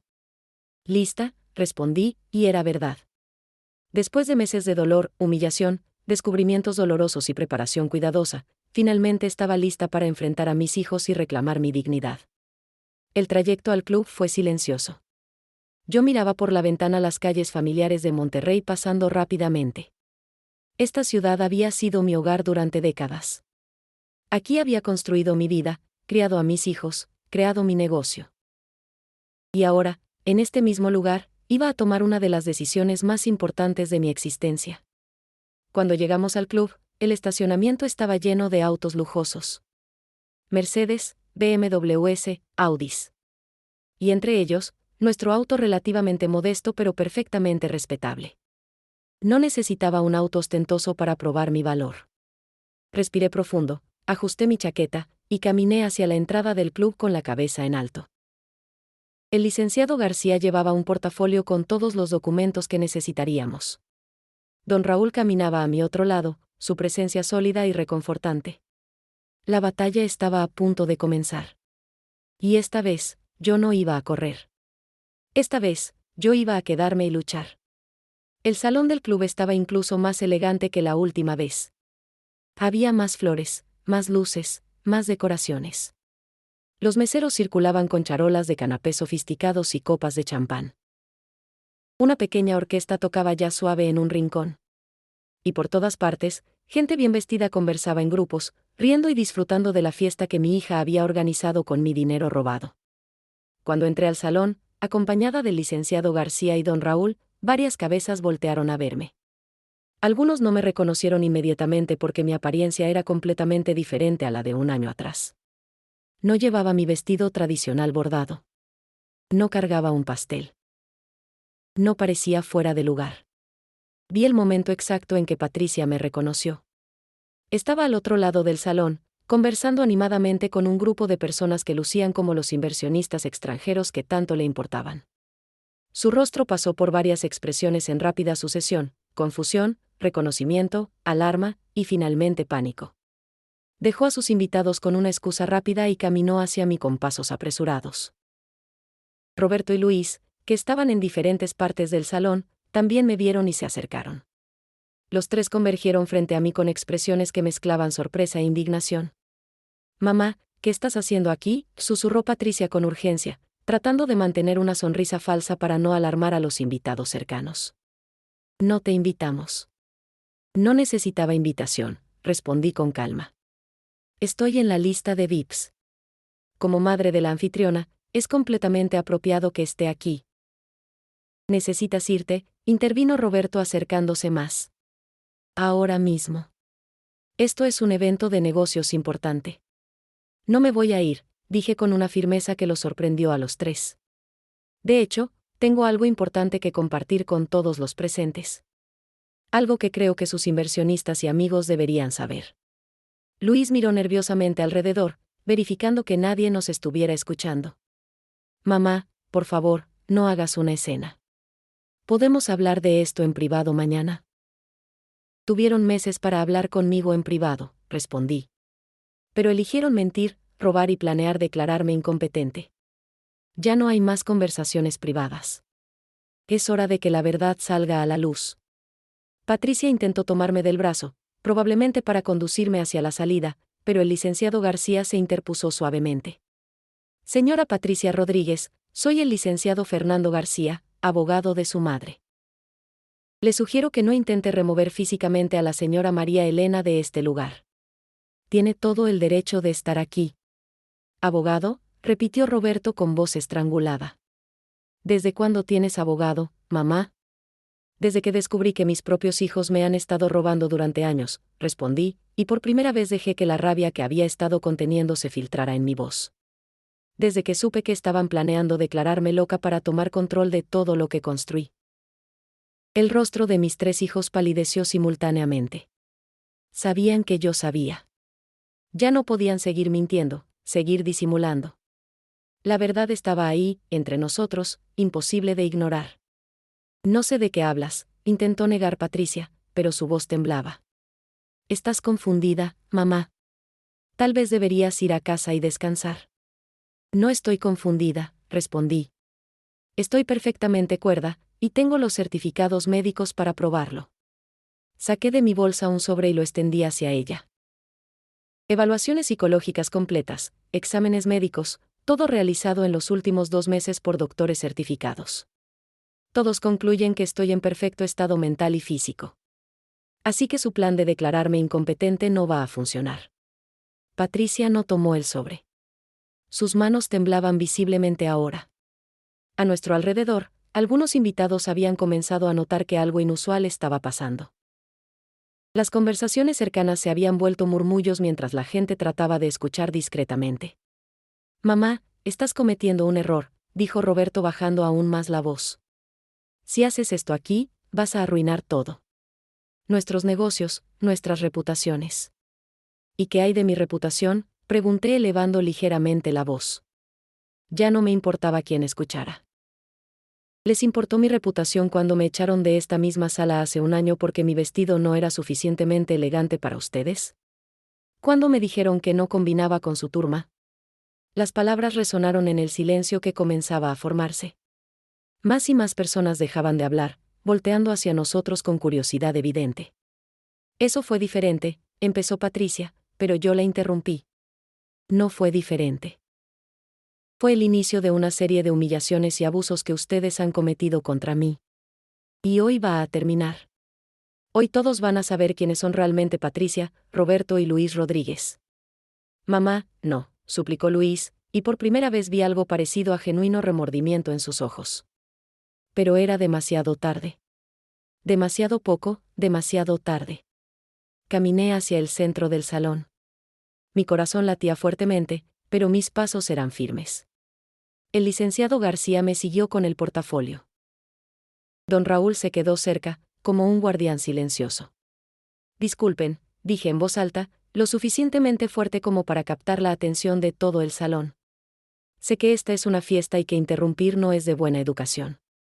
Pero hay algo que todos ustedes necesitan saber sobre la familia Rodríguez. La orquesta dejó de tocar. Los meseros se detuvieron en sus trayectorias. Todas las conversaciones cesaron. Cada persona en ese salón tenía sus ojos sobre mí. Patricia intentó reírse nerviosamente. Mamá está bromeando.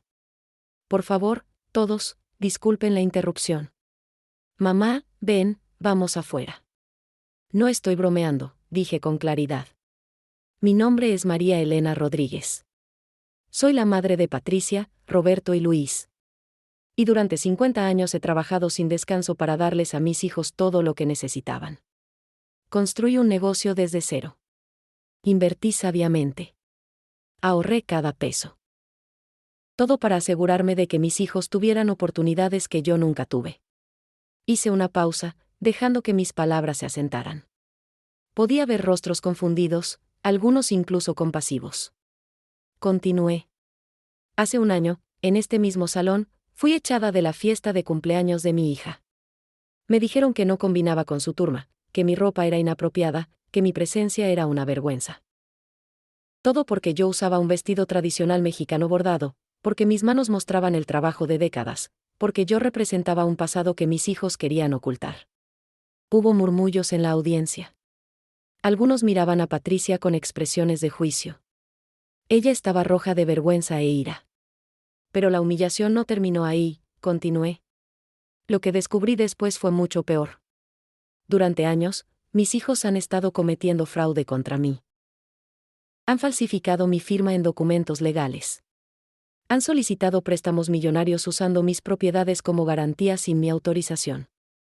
Han usado mis tarjetas de crédito para gastos personales que suman millones de pesos. El silencio en el salón era absoluto. Podía escuchar mi propia respiración. El licenciado García se acercó y comenzó a sacar documentos del portafolio. Tengo aquí la evidencia, dije tomando los papeles. Estados de cuenta bancarios mostrando transacciones no autorizadas. Reportes periciales que confirman que las firmas en ciertos documentos son falsificadas. Contratos de préstamos que yo nunca firmé. Todo documentado, todo legal, todo irrefutable. Esto es ridículo, gritó Roberto avanzando hacia mí. Estás inventando todo. Estás mentalmente inestable. Mentalmente inestable, repetí levantando otro conjunto de documentos. Aquí están mis evaluaciones psicológicas recientes. Realizadas por 3 doctores diferentes, ninguno de ellos conocido por mí previamente. Todos confirman que estoy perfectamente sana mentalmente. Que no muestro signos de demencia, confusión, o cualquier otra condición que pudiera afectar mi juicio. Caminé hacia donde estaban parados mis hijos. Mis 3 hijos que se veían cada vez más pequeños, más expuestos. Pero ustedes sabían todo esto, ¿verdad? Por eso estaban desesperados por declararme incompetente. Porque una vez que todos supieran la verdad, su casa de cartas se derrumbaría. Este departamento lujoso donde vive Patricia, continué señalando hacia mi hija, fue comprado con un préstamo que aparentemente yo solicité. Pero yo nunca firmé esos papeles.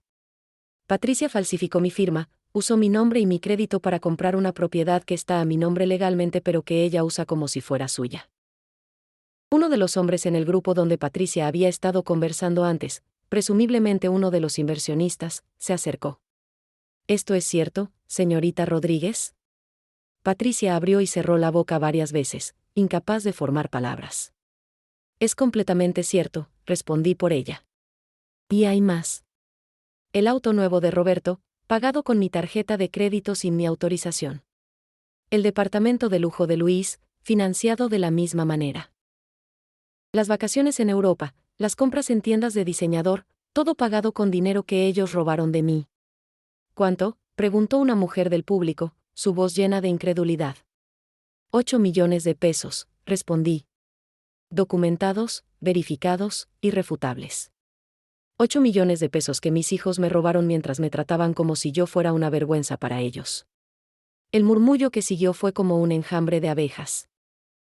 Todos hablaban al mismo tiempo, algunos indignados, otros fascinados por el drama que se desarrollaba frente a ellos. El inversionista extranjero que había preguntado se volteó hacia Patricia. Señorita Rodríguez, si esto es verdad, nuestra firma no puede hacer negocios con ustedes. Tenemos políticas estrictas sobre fraude y mal manejo financiero. No es verdad, gritó Patricia desesperada. Mi madre está confundida.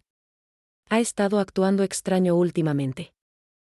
Nosotros solo estábamos tratando de ayudarla, de manejar sus finanzas porque ella ya no puede hacerlo sola. Entonces explica esto, dije sacando otro documento del portafolio. Es una transcripción de una conversación que tuviste con un abogado, discutiendo cómo declararme mentalmente incompetente sin justificación médica. Una conversación que fue escuchada por un testigo confiable. Patricia miró a Esperanza, que había entrado discretamente al salón y estaba parada cerca de la entrada. Mi comadre asintió con la cabeza, confirmando que ella era ese testigo. Esto es una invasión de privacidad, balbuceó Patricia. Ustedes no pueden usar eso en nuestra contra. Oh, pero sí podemos, intervino el licenciado García con voz profesional y fría. Especialmente cuando se está planeando cometer fraude legal contra una persona mayor. Esa conversación es evidencia admisible de intención criminal. Roberto dio un paso adelante, su rostro rojo de ira. Todo esto es tu culpa, mamá. Si hubieras compartido tu dinero con nosotros voluntariamente, nada de esto habría sido necesario. Pero no, tenías que ser tacaña, tenías que controlarlo todo. Sus palabras me golpearon como una bofetada física. Compartir mi dinero voluntariamente, repetí con incredulidad. Les di todo. Pagué sus escuelas privadas, sus universidades, sus primeros negocios, sus primeros departamentos, sus autos. Financié cada aspecto de sus vidas durante décadas.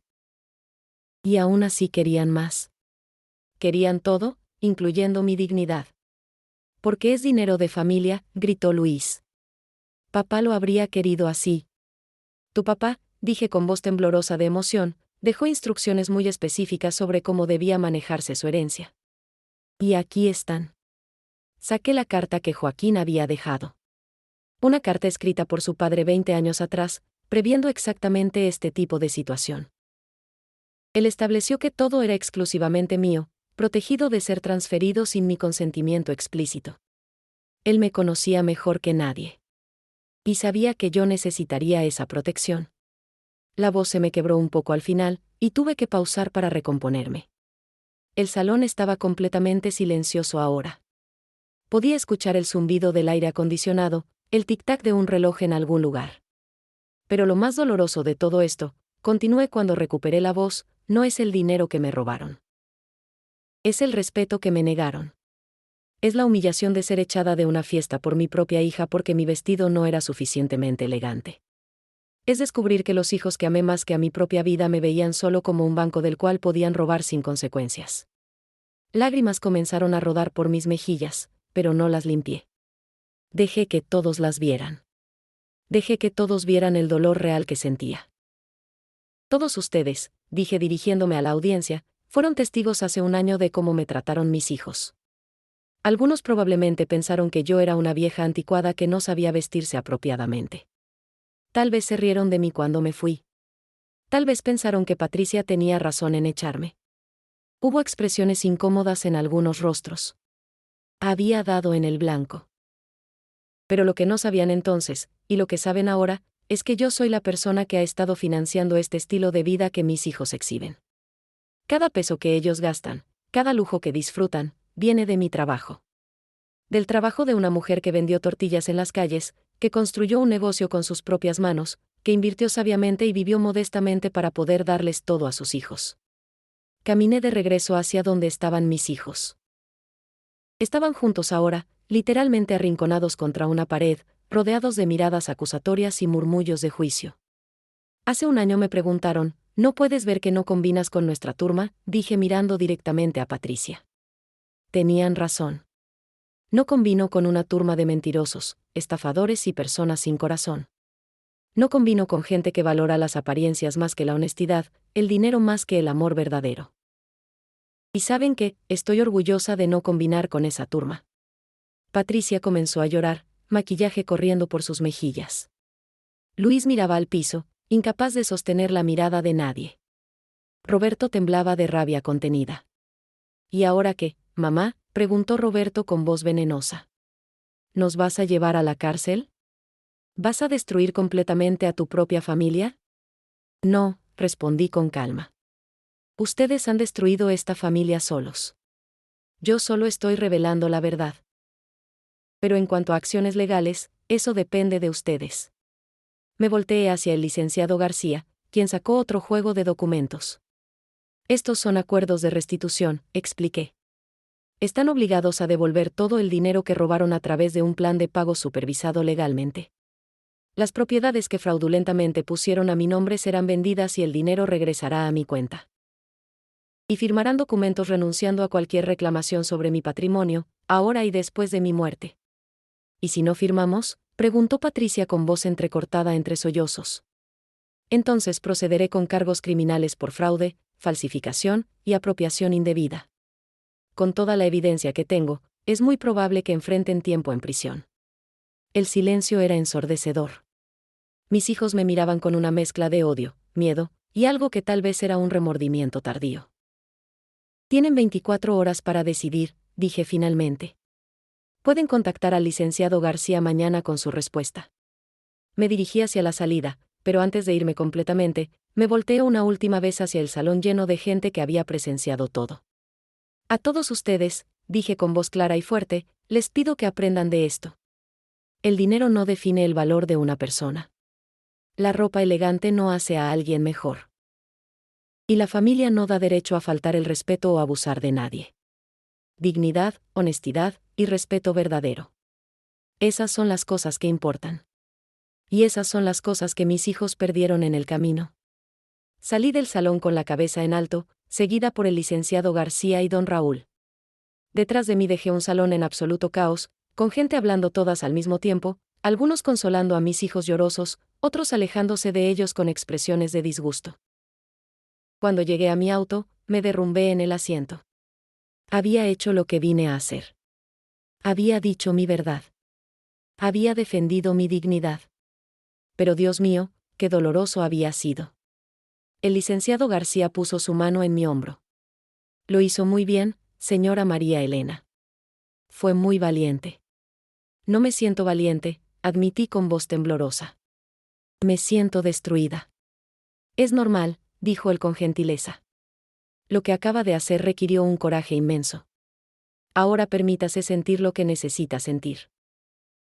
Llore si necesita llorar.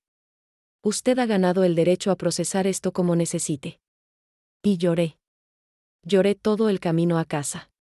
Lloré por la familia que había perdido, por los hijos que alguna vez tuve pero que parecían haber desaparecido, por los años de amor y sacrificio que parecían no significar nada para ellos. Pero también sentí algo más. Bajo el dolor, había una sensación de liberación. Finalmente había dicho mi verdad. Finalmente me había defendido.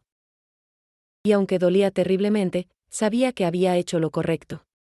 Los días siguientes a la revelación en el club fueron una mezcla extraña de alivio y angustia. Las noticias de lo que había pasado se esparcieron rápidamente por toda la comunidad. El escándalo de los hijos Rodríguez que habían robado millones a su propia madre se convirtió en el chisme más grande de Monterrey. Mi teléfono no dejaba de sonar. Reporteros locales querían entrevistas. Antiguos conocidos que no había visto en años llamaban para ofrecer apoyo o, en algunos casos, simplemente para satisfacer su curiosidad. Yo ignoraba la mayoría de las llamadas, necesitando espacio para procesar todo lo que había sucedido. Esperanza venía a mi casa todos los días. Me preparaba comida porque yo había perdido completamente el apetito. Me obligaba a salir al patio para tomar aire fresco. Me escuchaba llorar sin juzgarme, sin decir que todo estaría bien, solo estando presente en mi dolor. Hice lo correcto, comadre, le pregunté una tarde mientras tomábamos café en mi cocina. El aroma del café de olla que ella había preparado llenaba el espacio con calidez, pero yo me sentía fría por dentro. Solo tú puedes responder eso, me dijo con honestidad. Pero te puedo decir esto, has recuperado tu dignidad. Has establecido límites.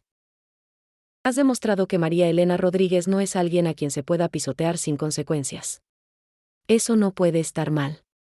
2 días después de la confrontación en el club, el licenciado García me llamó. Señora María Elena, sus hijos quieren reunirse con usted. Dicen que están dispuestos a firmar los acuerdos de restitución. Mi corazón dio un vuelco. ¿Todos ellos? Los 3. Quieren hacerlo mañana en mi oficina, si usted está de acuerdo. Esa noche no dormí pensando en cómo sería ese encuentro. ¿Qué me dirían mis hijos? ¿Habría genuino arrepentimiento o solo estaban actuando para evitar cargos criminales? ¿Podría yo mantenerme firme cuando los viera cara a cara? La mañana de la reunión, me arreglé con cuidado. No tan elegante como para la fiesta, pero sí presentable. Quería proyectar fuerza y dignidad. El licenciado García había preparado su oficina para acomodar a todos cómodamente, aunque, cómodos, no era exactamente la palabra apropiada para describir cómo se sentiría ese encuentro. Llegué primero, acompañada de don Raúl que insistió en estar presente como apoyo moral. Minutos después llegaron mis 3 hijos. Los vi a través de la ventana de la oficina, bajándose del auto de Roberto. Se veían terribles. Ojos hinchados, rostros demacrados, ropa arrugada. Era evidente que tampoco habían dormido bien. Cuando entraron a la oficina, el aire se volvió denso. Nadie sabía cómo iniciar la conversación. Finalmente, el licenciado García tomó la palabra. Bien, estamos aquí para revisar y firmar los acuerdos de restitución. Pero antes de proceder con los aspectos legales, ¿hay algo que las partes quisieran decirse? Hubo un silencio largo. Luego, para mi sorpresa, Luis fue el primero en hablar. Mamá, comenzó con voz temblorosa, lo siento. Sé que esas palabras probablemente no significan mucho después de todo lo que hicimos, pero necesito decirlas. Lo siento muchísimo. Lo miré directamente a los ojos. ¿Qué es lo que sientes exactamente, Luis? ¿Sientes haber cometido fraude contra mí o solo sientes haber sido atrapado? Él bajó la mirada, incapaz de sostener mi mirada. Ambas cosas, admitió con honestidad brutal. Siento haber hecho todo esto. Pero también siento profundamente haber lastimado a mi mamá. No sé en qué momento nos perdimos tanto. No sé en qué momento decidimos que el dinero era más importante que tú. Patricia sollozó audiblemente. Yo también lo siento, mamá. Nunca debí echarte de esa fiesta. Nunca debí decir esas palabras horribles. Estaba tan obsesionada con impresionar a esa gente, con demostrar que había llegado lejos, que olvidé que todo lo que tengo viene de ti. De tu sacrificio, tu trabajo, tu amor. Roberto permanecía en silencio, con los brazos cruzados y la mandíbula apretada. Podía ver que estaba batallando internamente. ¿Y tú, Roberto?, pregunté directamente. ¿Tú también lo sientes? Él respiró profundamente varias veces antes de responder. Estoy enojado, dijo finalmente. Estoy enojado con la situación, enojado con nosotros mismos, enojado porque todo se ha destruido de esta manera. Pero sí, mamá, también lo siento. Siento haberte tratado como lo hicimos. Siento haber sido tan ciego y ambicioso que perdí de vista quién eres realmente. Sus palabras sonaban más honestas que disculpas vacías. Al menos reconocía sus verdaderos sentimientos. El problema, dije con voz calmada pero firme, no es solo lo que hicieron. Es porque lo hicieron. Ustedes no me veían como su madre, como un ser humano con sentimientos y derechos. Me veían como un recurso, algo a explotar. Y cuando ese recurso no encajaba en la imagen que querían proyectar, trataron de esconderme. Tienes razón, admitió Patricia limpiándose las lágrimas. Nos volvimos personas horribles. Nos dejamos consumir por la codicia, por el deseo de aparentar más de lo que éramos. Y en el proceso, olvidamos de dónde veníamos, olvidamos los valores que tú nos enseñaste. Entonces la pregunta es, dije mirando a cada uno de ellos por turnos, ¿están dispuestos a cambiar realmente? ¿O solo están aquí para evitar ir a la cárcel? Hubo otro silencio pesado. Finalmente Luis habló de nuevo. No sé si puedo prometer que cambiaremos de la noche a la mañana. Pero sí prometo intentarlo. Prometo buscar ayuda, trabajar en mí mismo, entender por qué me convertí en alguien capaz de lastimar a su propia madre. Patricia asintió vigorosamente. Yo también. Ya comencé a ver a un terapeuta. Necesito entender por qué las apariencias se volvieron más importantes que las personas reales en mi vida. ¿Por qué permití que la superficialidad destruyera mi relación con mi mamá? Roberto seguía batallando. Necesito tiempo, dijo finalmente. No puedo prometerte perdón ni reconciliación inmediata. Pero puedo prometerte que voy a hacer mi parte de la restitución. Voy a pagar lo que te debo. Y voy a pensar seriamente en quién he sido y quién quiero ser. Su honestidad, aunque dolorosa, era refrescante. Al menos no estaba mintiendo o haciendo promesas vacías. Muy bien, dijo el licenciado García. Procedamos con los documentos. Durante la siguiente hora, revisamos cada cláusula de los acuerdos de restitución. Mis hijos firmarían comprometiéndose a devolver los 8 millones de pesos robados a través de pagos mensuales durante los próximos 10 años. Las propiedades fraudulentamente adquiridas serían vendidas y el dinero regresaría a mi cuenta. Y lo más importante, firmarían documentos renunciando a cualquier reclamación sobre mi patrimonio. Cuando todos los documentos estuvieron firmados y notariados, el licenciado García los guardó cuidadosamente en su caja fuerte. Esto concluye el aspecto legal de este asunto, anunció. Los pagos de restitución comenzarán el próximo mes y serán monitoreados por este despacho. Mis hijos se levantaron para irse, pero antes de que pudieran salir de la oficina, hablé una última vez.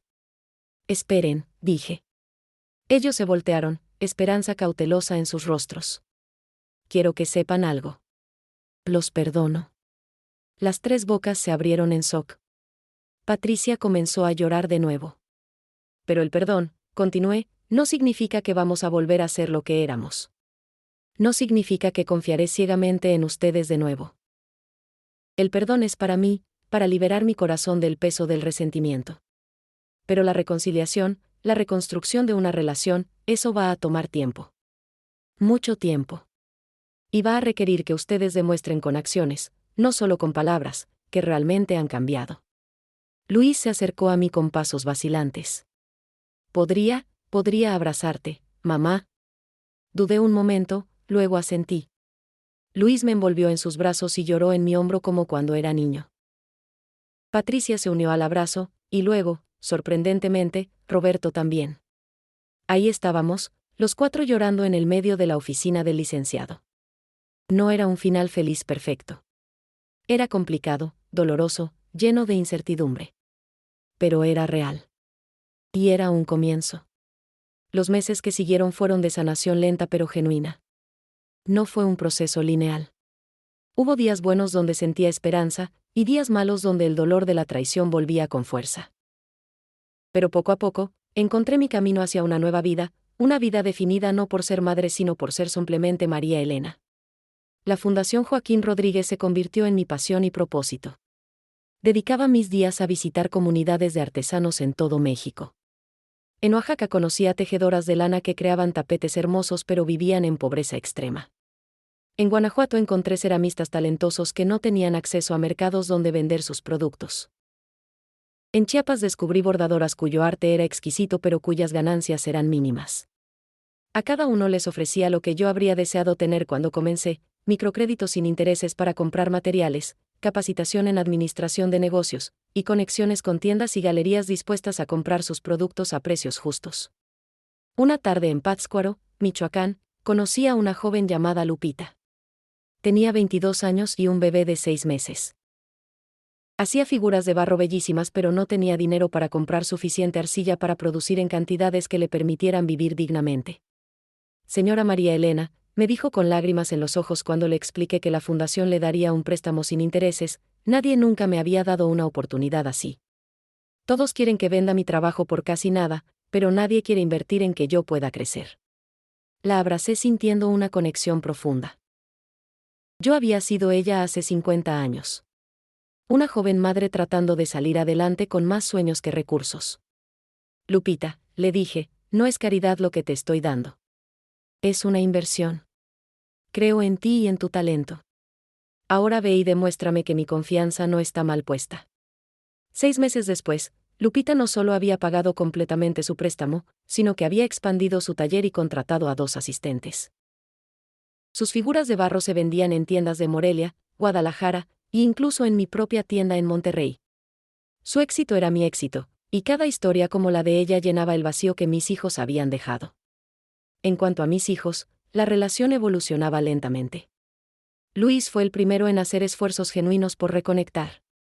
Comenzó a visitarme una vez al mes, siempre con una llamada previa para preguntar si podía venir. Al principio las visitas eran tensas, llenas de silencios incómodos. Pero poco a poco comenzamos a hablar de verdad. Mamá, me dijo en una de esas visitas, estoy en terapia. Mi terapeuta me está ayudando a entender cómo me volví tan materialista, tan desconectado de lo que realmente importa. ¿Y qué has descubierto?, le pregunté con genuino interés. Que pasé tanto tiempo tratando de probarle a los demás que era exitoso, que valía algo, que olvidé que ya tenía todo lo que necesitaba. Tenía una madre que me amaba incondicionalmente. Pero no lo valoré hasta que casi lo pierdo todo. Sus palabras me conmovieron. No eran palabras huecas. Podía ver que realmente estaba trabajando en sí mismo. Patricia también intentaba reconectar, aunque de manera diferente. Me mandaba cartas escritas a mano, algo que no había hecho desde que era niña. En esas cartas me contaba sobre su proceso de terapia, sobre cómo estaba aprendiendo a valorar las cosas correctas en la vida. Cerré mi empresa de consultoría, escribió en una de las cartas. Me di cuenta de que estaba construida sobre mentiras y apariencias. Ahora trabajo para una organización sin fines de lucro que ayuda a mujeres emprendedoras. Pagan mucho menos, pero el trabajo se siente real, significativo. Por primera vez en años, me siento orgullosa de lo que hago. Roberto era el más difícil. Cumplía religiosamente con los pagos de restitución, pero rara vez intentaba contactarme personalmente. Cuando lo hacía, nuestras conversaciones eran breves y superficiales. Podía ver que todavía batallaba con orgullo y vergüenza. Un día, casi 8 meses después de la confrontación en el club, Roberto apareció en mi casa sin avisar. Era temprano en la mañana, y yo estaba en el jardín cuidando mis plantas de hierbabuena. «Hola, mamá», dijo desde la reja. «Roberto», respondí sorprendida. «¿Está todo bien? ¿Podemos hablar?» Lo invité a pasar. Preparé café de olla, como solía hacer cuando ellos eran niños y venían a visitarme. Nos sentamos en la mesa de la cocina, el mismo lugar donde habíamos compartido tantas comidas familiares en el pasado. «He estado evitándote», comenzó Roberto sin rodeos. «No porque no quiera verte, sino porque no sabía cómo enfrentar lo que hice. La vergüenza es abrumadora». «La vergüenza es una emoción difícil», respondí. «Pero también puede ser transformadora si la usas correctamente». «He estado pensando mucho», continuó. «Sobre por qué hice lo que hice. Sobre cómo me convertí en alguien capaz de robarle a su propia madre. Y creo que finalmente entiendo». «¿Qué entiendes?» «Que nunca aprendí a valorar las cosas que no se compran con dinero. Tú nos diste todo materialmente, pero en el proceso, nosotros perdimos la capacidad de apreciar el trabajo, el sacrificio, el amor que había detrás de cada peso. Para nosotros era fácil porque nunca tuvimos que luchar por nada». Sus palabras mostraban un nivel de autorreflexión que no había visto antes en él. «¿Y ahora qué?», pregunté. «Ahora estoy tratando de aprender. Vendí mi auto lujoso y compré uno usado pero funcional. Me mudé a un departamento más pequeño y modesto. Estoy viviendo con menos, trabajando más duro en mi negocio legítimo. Y sabes qué, mamá, me siento más satisfecho ahora que cuando tenía todo ese lujo que realmente no me pertenecía». Por primera vez en meses, sentí que tal vez, solo tal vez, mis hijos realmente estaban cambiando. En diciembre, un año completo después de aquella Nochebuena solitaria, recibí una llamada de Patricia. «Mamá», dijo con voz nerviosa, «sé que probablemente no quieres, pero Luis, Roberto y yo hemos estado hablando. Nos gustaría invitarte a cenar en Nochebuena. Nada fancy, solo nosotros. Cocinaríamos juntos, como solíamos hacer cuando éramos niños. Entendemos si dices que no, pero queríamos al menos preguntar». Mi corazón se aceleró. ¿Estaba lista para eso? ¿Podía confiar en que no sería otra decepción? ¿Dónde sería?, pregunté finalmente. «Pensamos que podría ser aquí, en tu casa. Si nos permites venir. Podríamos ayudarte a cocinar. Bacalao, romeritos, tamales, todo lo tradicional que solíamos hacer». La idea de tenerlos en mi casa de nuevo, cocinando juntos como antes, era tentadora pero aterradora. «Déjame pensarlo», dije. «Te llamo mañana con una respuesta». Esa noche hablé largo con Esperanza sobre la invitación. «¿Qué crees que debo hacer?», le pregunté. «Yo creo», dijo mi comadre con su sabiduría habitual, «que has pasado un año reconstruyéndote a ti misma. Has establecido límites claros. Has demostrado que no eres alguien a quien se pueda manipular fácilmente. Ahora, desde esa posición de fuerza, puedes elegir darles otra oportunidad. No porque ellos lo merezcan necesariamente, sino porque tú quieres ver si realmente pueden reconstruir una relación contigo». Tenía razón. Llamé a Patricia al día siguiente. «Está bien», le dije. «Pueden venir en Nochebuena. Pero con una condición: si en cualquier momento me siento incómoda o faltada al respeto, me reservo el derecho de pedirles que se vayan. Y ustedes deben respetar eso sin cuestionarlo». «Por supuesto, mamá», respondió Patricia con alivio audible en su voz. «Lo que tú digas. Solo queremos pasar tiempo contigo». La Nochebuena llegó con un clima fresco y agradable. Había decorado mi casa modestamente, un árbol pequeño con luces blancas, un nacimiento que había tenido por décadas, algunas velas aromáticas. Nada extravagante, solo acogedor. Mis hijos llegaron temprano, todos cargando bolsas del mercado con ingredientes.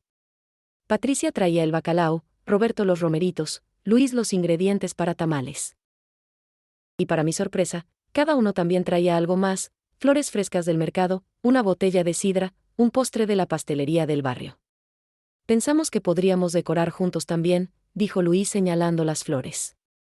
Como solíamos hacer. Comenzamos a cocinar juntos. Al principio había tensión, pero poco a poco, mientras nuestras manos trabajaban en tareas familiares, las conversaciones fluyeron más naturalmente. Roberto me enseñó una técnica nueva que había aprendido para cocinar los romeritos.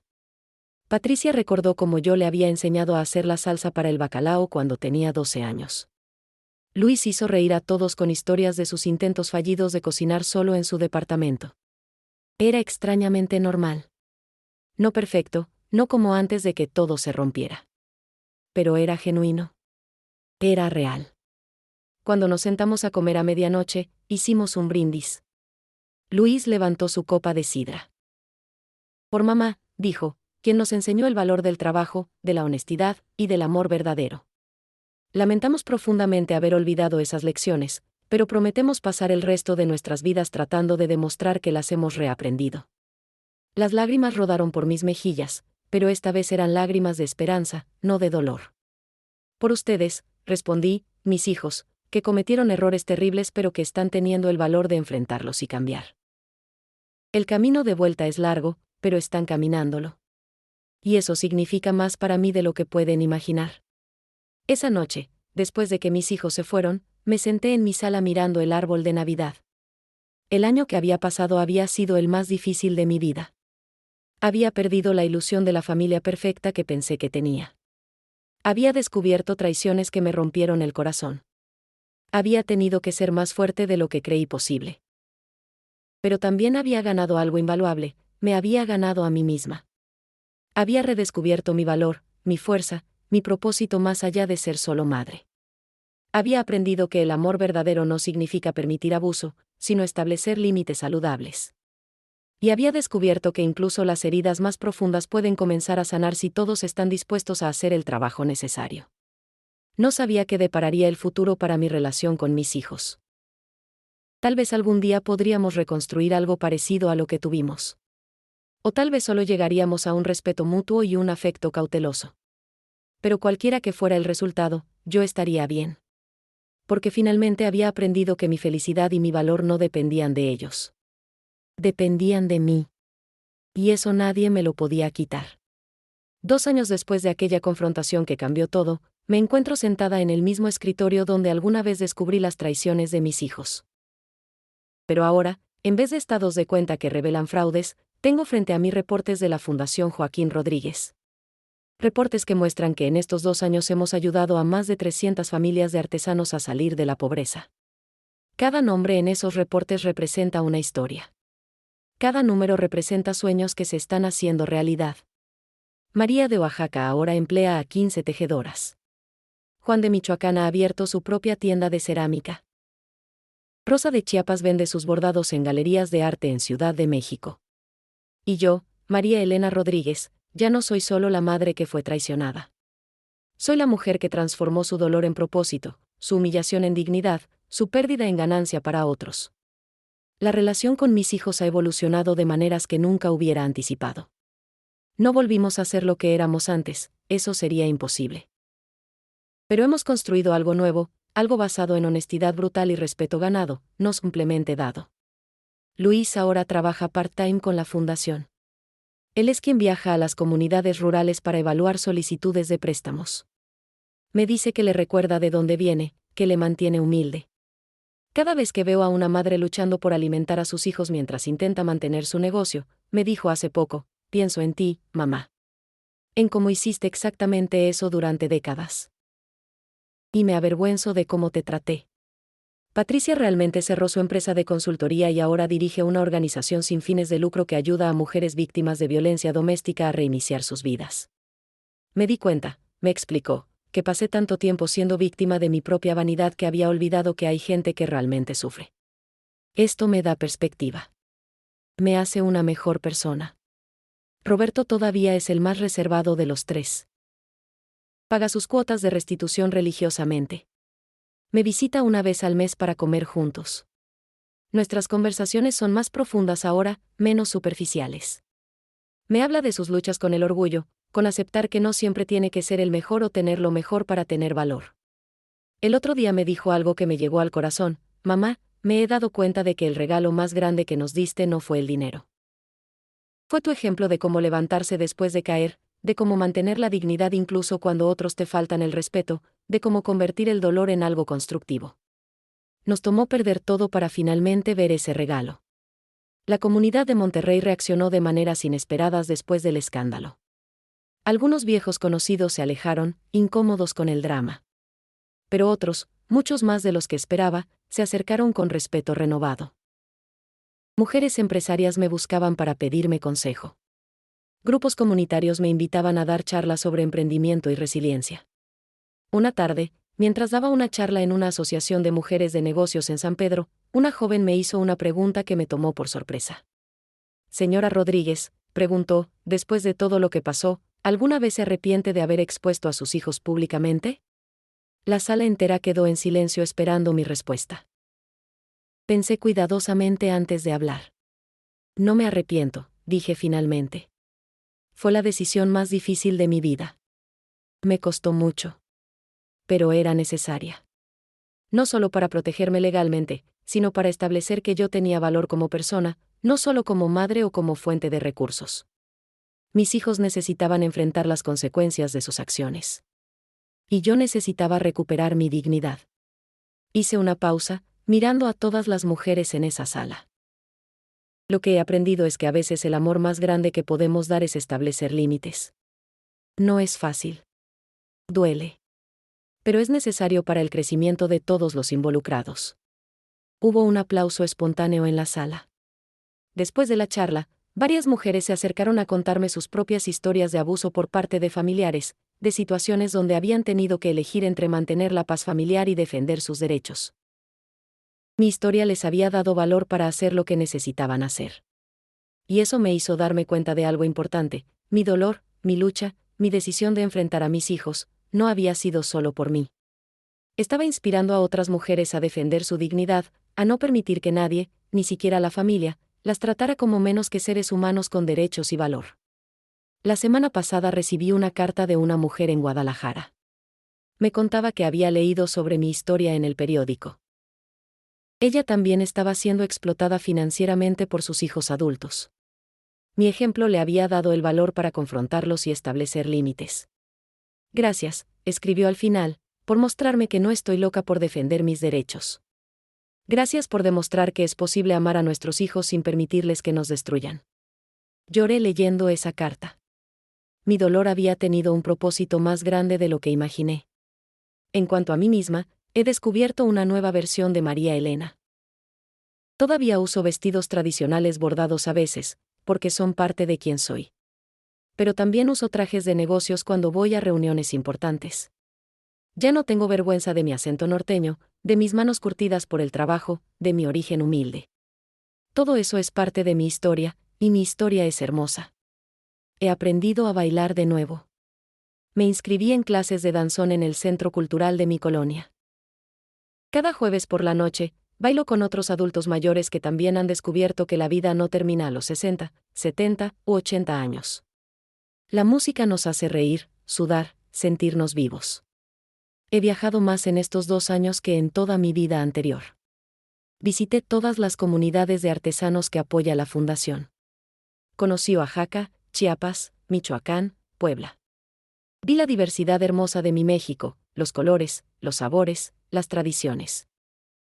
Y en cada lugar, encontré mujeres como yo, fuertes, resilientes, llenas de sueños a pesar de las dificultades. Mi casa ya no se siente vacía. Esperanza viene a comer al menos 3 veces por semana. Don Raúl y el licenciado García se han vuelto amigos cercanos que me visitan regularmente. Los jóvenes artesanos que ayudo a través de la fundación a veces vienen a mostrarme sus nuevos productos, a pedirme consejos, a compartir sus éxitos. Y sí, mis hijos también vienen. Ya no con la expectativa de que yo resuelva todos sus problemas o financie sus vidas. Vienen como adultos que están aprendiendo a valorar una relación con su madre basada en respeto mutuo. Esta mañana, preparando mi café de olla como hago cada mañana, me detuve a mirar por la ventana de mi cocina. El sol iluminaba mi pequeño jardín donde las plantas de hierbabuena crecen abundantes. Podía escuchar a los vendedores ambulantes comenzando su día, el sonido familiar de Monterrey despertando. Y me di cuenta de algo: soy feliz. Realmente, genuinamente feliz. No de la manera ingenua en que era feliz antes, cuando ignoraba los problemas y me conformaba con migajas de afecto de mis hijos. Sino de una manera más profunda, más real. Una felicidad que viene de conocerme a mí misma, de vivir según mis valores, de usar mi vida para hacer diferencia en el mundo. Los últimos 2 años me enseñaron que nunca es tarde para comenzar de nuevo. Que a los 68 años, puedes todavía reinventar tu vida. Que el dolor puede ser transformado en propósito. Que la traición puede enseñarte sobre tu propia fuerza. Y que el amor verdadero a veces requiere las decisiones más difíciles. Si pudiera hablar con la María Elena de hace 2 años, la que estaba devastada después de ser echada de aquella fiesta, le diría esto: lo sé, duele horriblemente ahora.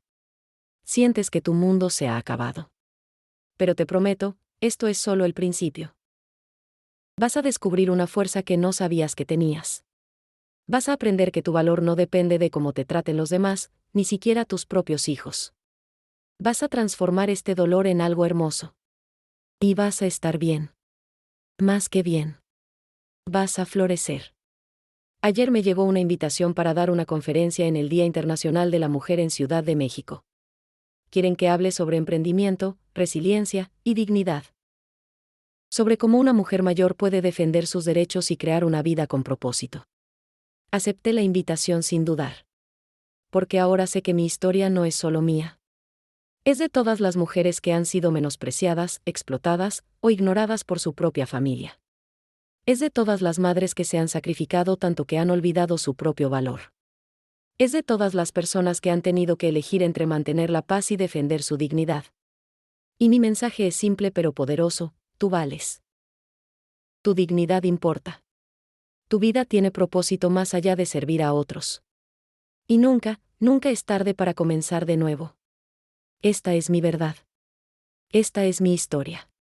Y la comparto con la esperanza de que inspire a alguien más a reclamar su propia vida, a defender su propia dignidad, a florecer incluso después de la traición más dolorosa. Soy María Elena Rodríguez. Tengo 70 años. Soy empresaria, filántropa y sobreviviente. Mis hijos me humillaron y traicionaron. Pero yo elegí no ser víctima. Elegí levantarme, luchar y transformar mi dolor en algo que ayude a otros. Y si yo pude hacerlo, cualquier persona puede. La dignidad es un derecho, no un privilegio. El respeto debe ser ganado, no robado. Y el amor verdadero nunca requiere que sacrifiques tu propia alma. Esta es la lección más importante que aprendí. Y ahora, cada día, vivo esa lección mientras ayudo a otros a descubrir la misma verdad: que todos merecemos vivir con dignidad, propósito y amor verdadero. No importa la edad que tengamos. No importa cuántas veces hayamos caído. Siempre podemos levantarnos. Siempre podemos comenzar de nuevo. Y eso, al final del día, es la victoria más grande de todas.